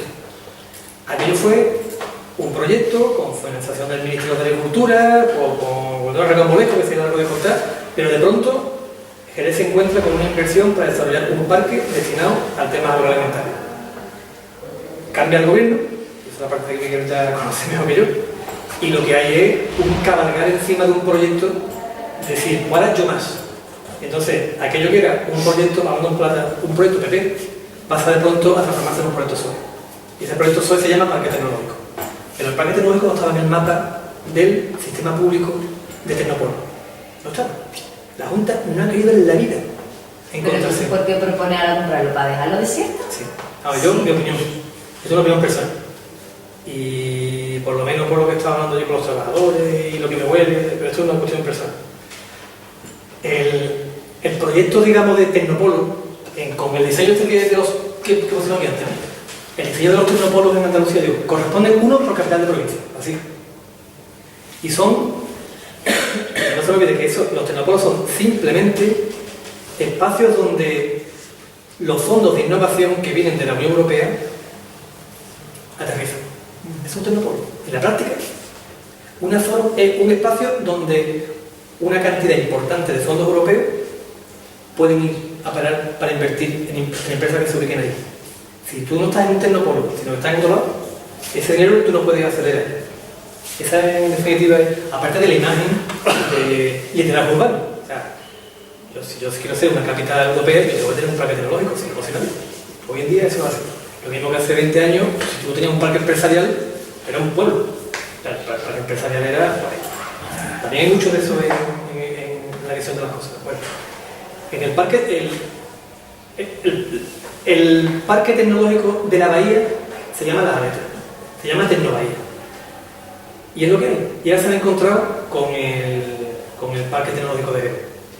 Cuando hace 2 legislaturas en la Unión Europea, a España nos quitaron los fondos de cohesión, gobernando de Zapatero, un poquito como compensación, se le dio lo que se llama el paquete tecnológico, que era una buena mortera de euros para que España superara lo que se llamaba entonces el gap tecnológico. Lo que quería decir era que mientras que Europa destinaba un 1, un 2%, un 3% en I+D, España nos dedicaba el 0,5%. Entonces nos dieron, en compensación por la pérdida de los fondos de cohesión, nos dieron un taco para desarrollar, digamos, y converger en fondos de investigación y desarrollo, converger con Europa. Y nos dieron ese dinero. Zapatero llegó a Madrid, con Alberto. Y llegó Chávez y dijo, la mitad para Andalucía. Los catalanes, los vascos, y yo los de Madrid. Pero si usted no tenéis nada, dice Andalucía, hacedme de moro, ¿qué pasa? Y el Chávez dijo, para Sevilla. Y entonces la mitad de los fondos había que gastarlo en Andalucía. Pero claro, al llegar a Sevilla, el director era de Sevilla, ese es un gasto, pero bueno. Y aquí vamos a desarrollar infraestructuras de innovación. Y entonces se empezaron a desarrollar como locos fondos, parques, centros tecnológicos. Había centros tecnológicos en cualquier lado. Parques tecnológicos, el PITA en Almería, no sé qué, centros de innovación, centro tecnológico de la dieta mediterránea en Málaga. Un despliegue, con un problema. Y era que al final se desarrolló, y cuando fue el consejero de Economía y de Innovación, fue a Madrid, al Ministerio de Economía, sacó pecho diciendo, me lo he gastado todo, ¿para qué? Ahora como los andaluces, ¿por qué te llamas? ¿Cuál era el problema? Que esos fondos eran reversibles, que no eran no eran dinero a fondo perdido, sino que eran fondos que había que devolver. Y en el caso concreto de aquí de Jerez, yo intuyo, no tuve claro, que precisamente para que el consejero de Innovación pudiera sacar pecho en esa reunión del Ministerio de Economía, aquí se indujo a que se hiciera una inversión sin un plan de viabilidad y sin capacidad. La Sociedad Parque Tecnológico de Jerez tenía 100.000 euros de capital, no tenía suelo, no tenía ningún activo, y se metió en una inversión de 8 millones de euros sin posibilidades de recibir ingresos. Pasaron los tiempos, el Ministerio de Economía ha dicho, dijo, y si me equivoco tú que Miguel lo vivió más directo que yo.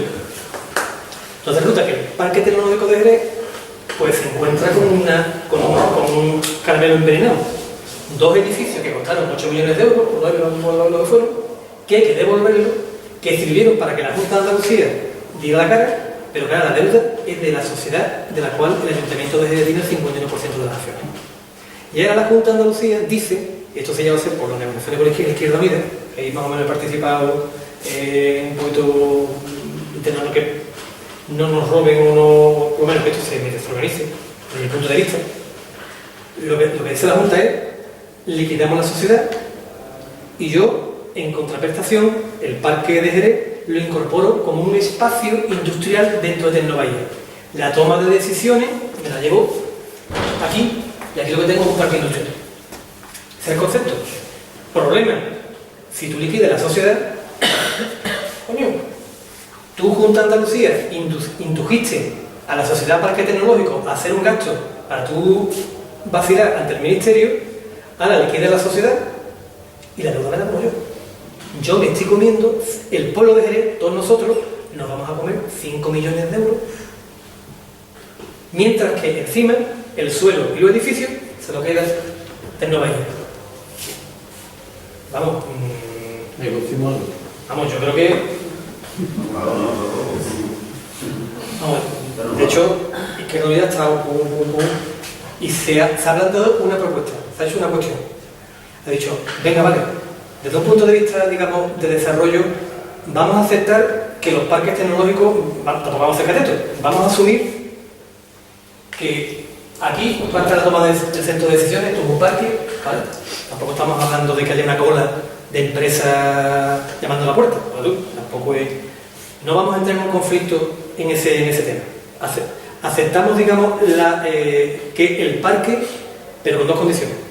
Primera condición, el parque tecnológico, o sea, lo que es el espacio, se lo lleva, pero la deuda se la lleva también la Junta, puesto que la Junta fue la que indujo a la sociedad a hacer ese gasto. Y para eso se va a quedar con los edificios.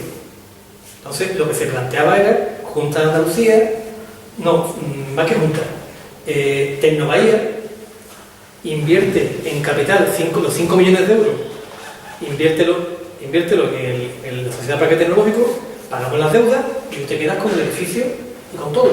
Pero no le deje al pueblo de Jerez, a nosotros, 5 millones de euros de deuda que no hemos generado.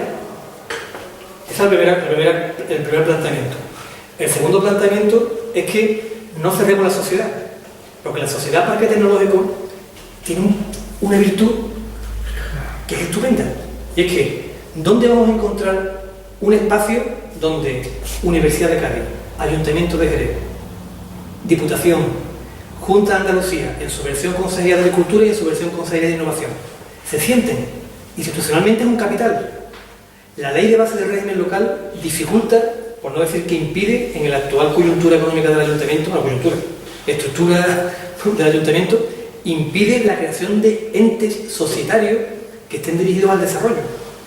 La propuesta era, vamos a coger la sociedad, vamos a capitalizarla, vamos a quitarle siquiera a la Junta el objeto social de que se encarga de dirigir un parque tecnológico, pero vamos a quedarnos con el resto del objeto social, entre los cuales se encontraba el desarrollo de esto. Tendríamos entonces un ente societario donde poder invertir, el Ayuntamiento de Jerez no tiene dinero porque debe Hacienda, debe hasta el Obispado. Entonces, no tiene por la ley de subvenciones no tiene capacidad, ni medios, ni posibilidades, pero si destruimos los entes societarios que nos permiten, entes instrumentales que nos permiten hacer política, estamos renunciando al desarrollo económico. Y esas dos cuestiones se le ha planteado a la alcaldesa. Creo que no están en esas negociaciones, pero he contribuido a que se plantee.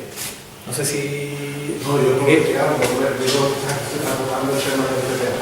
Nosotros lo que compartimos es que todos los programas nacionales desde el 79, etc. Yo creo que no hay un solo programa que no hable de la agroindustria de los temas agroalimentarios. Y ahí como industria ceñera, el vino, y en torno al vino, pues bueno, pues todo eso. ¿Qué ocurrió? Es verdad que el CAE, Centro Agroalimentario Nuclear, bueno, le llamaban CAE, y una de las cosas críticas que nos dicen, hombre, no le pongamos CAE, vamos a hacer, ¿no? Pero bueno, claro que eso surge, la idea, en la etapa de Pacheco, surge la idea, y la apoyamos todo el mundo, de que necesitamos un centro que compartiera un clúster de empresas que pudiese transformar la capacidad productiva que tenemos en el país. Esa es la idea. Y entonces ahí, cuando se cambió el nombre y todo eso, sí yo participé de manera activa, y es porque veíamos que si conseguimos la ratificación del parque tecnológico, parque científico tecnológico, que tenemos después, podríamos engancharnos a todas esas empresas que se localizaran ahí, pudiesen engancharse a las subvenciones europeas. Y de ahí que mantuvimos, y por eso se le cambió fundamentalmente el nombre, porque lo que se trataba era que ahí se localizaran empresas y que se pudiesen compartir tecnología o experiencias de comercialización, etcétera, etcétera, etcétera. Lo que sí yo quiero decir es que señalar una cosa, y yo suscribo todo lo que ha dicho Jesús, porque cuando yo llegué a la delegación yo asumí sus teorías, ¿no? Y por lo tanto, eso con algunos matices, pero fundamentalmente yo comparto todo eso. Pero yo sí, lo que yo viví es que, curiosamente, el empresariado de Jerez no colaboró demasiado. Digo, yo no me estoy refiriendo al empresariado de tipo industrial, sino incluso al agrícola. Cuando vas al campo, los productores agrícolas que están comercializando, que están exportando al exterior, no son de Jerez. Y ponemos ejemplo, es decir, Royal Crest, que lo conoce, muchos no sé si lo conocéis, Royal Crest es una empresa inglesa, de origen inglés, que se instala aquí y está exportando, está dando más mano de obra que todas las parcelas de este juntas en sus mejores momentos. Sin embargo, el empresariado de Jerez, el empresariado agrícola, no como que no va a tirar, yo no lo sé. Es decir, el que tiene capacidad de inversión, pues han estado dedicados a lo que todo el mundo conoce. Los cultivos extensivos con las pastas y todo eso ha caído, el algodón, la remolacha, todos estos cultivos han caído, y donde sí tenemos un gran potencial productivo es en el tema de los productos alimentarios, y ahí no ha tirado, esa es la verdad. Y tú te vas al parque, que su vocación era esta, que se instalaran empresas, y cuántas empresas hay de Jerez allí que se dediquen a la transformación de productos de Jerez. Poco. Esa era una idea. Es muy poca, por lo menos las empresas que se van vaciando, está la más importante, que es de San Lucas, la de la Velada, no sé qué, pero bueno.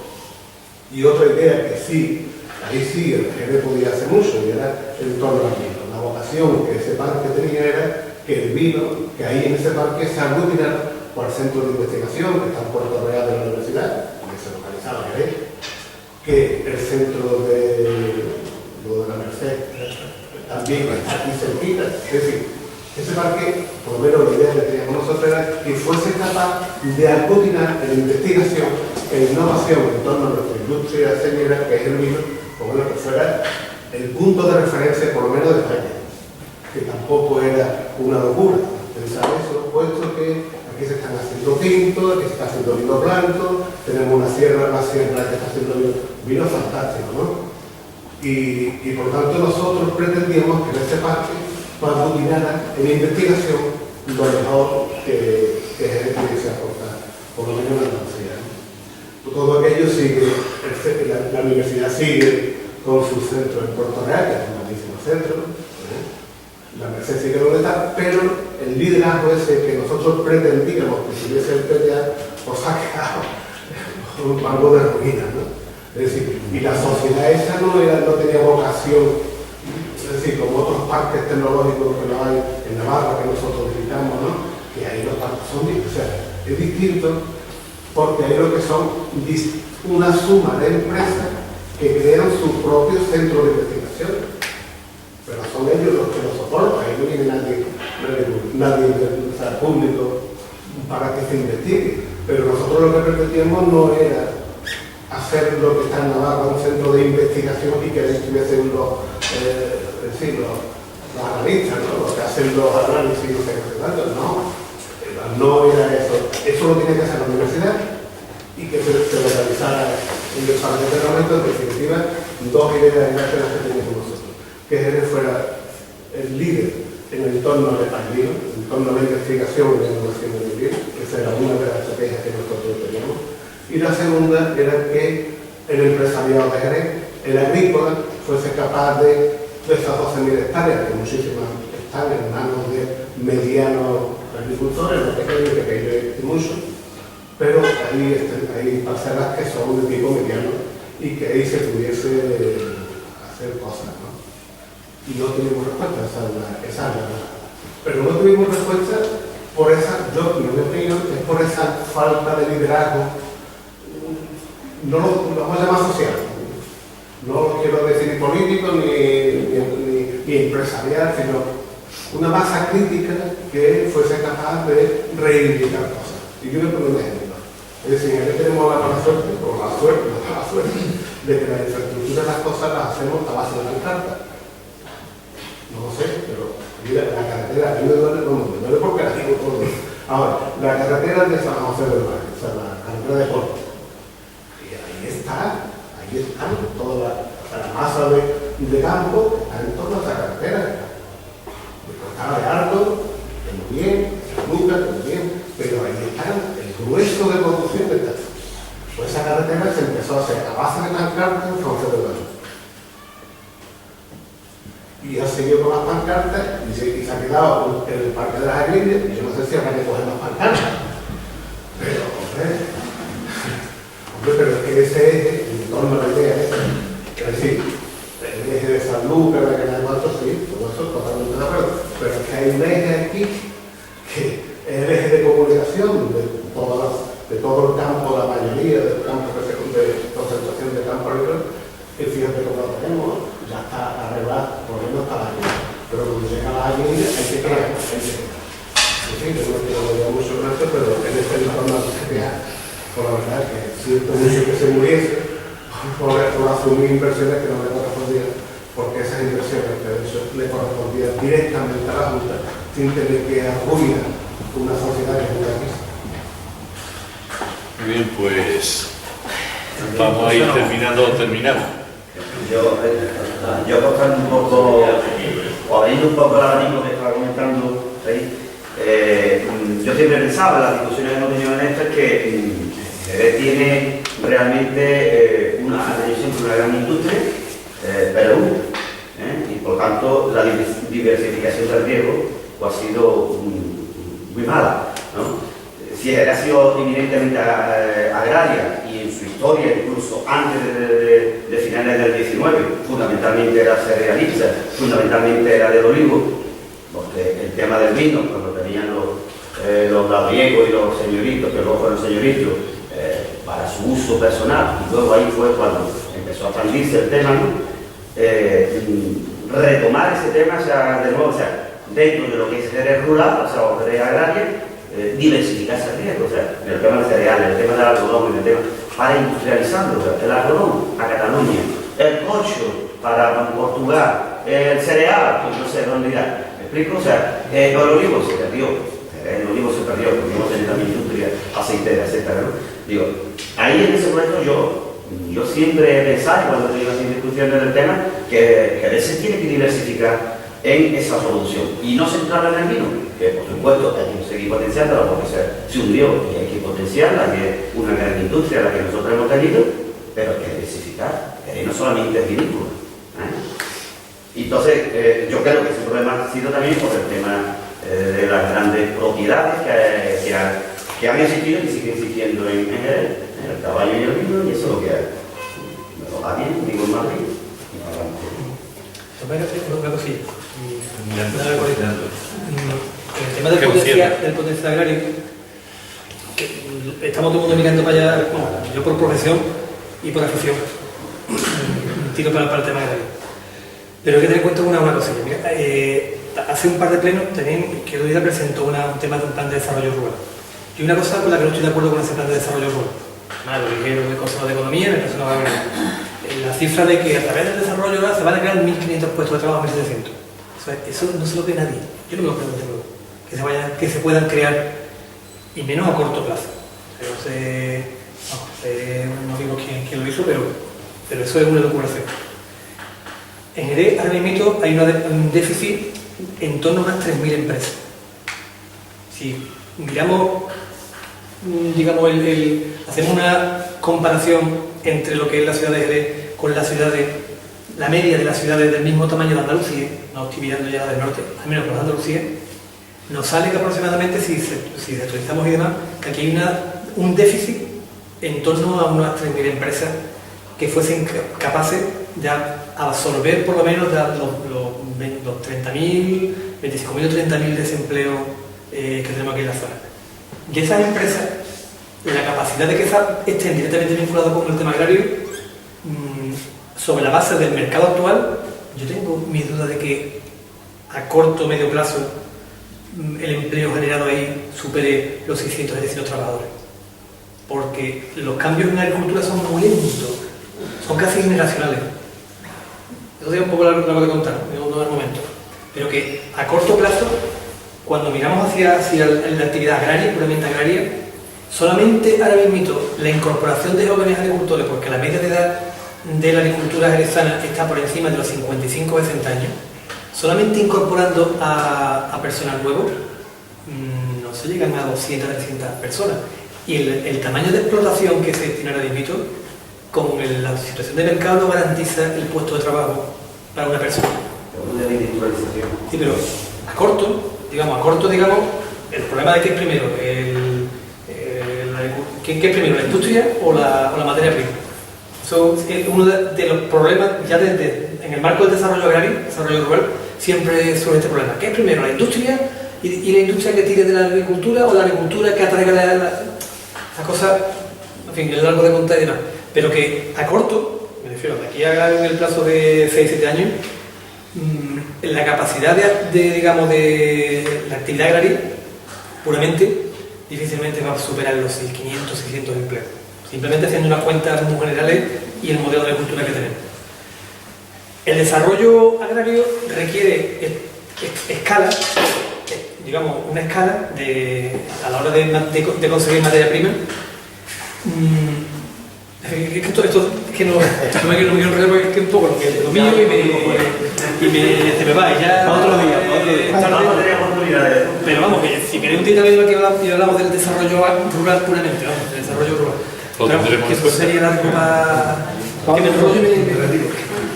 Por supuesto que esto tiene mucho más de valor. Y agradecemos a Jesús nuestra también con este detalle de la industria vinícola. Pues gracias, Jesús, y nos emplazamos para otro momento, ¿no? Muchas gracias.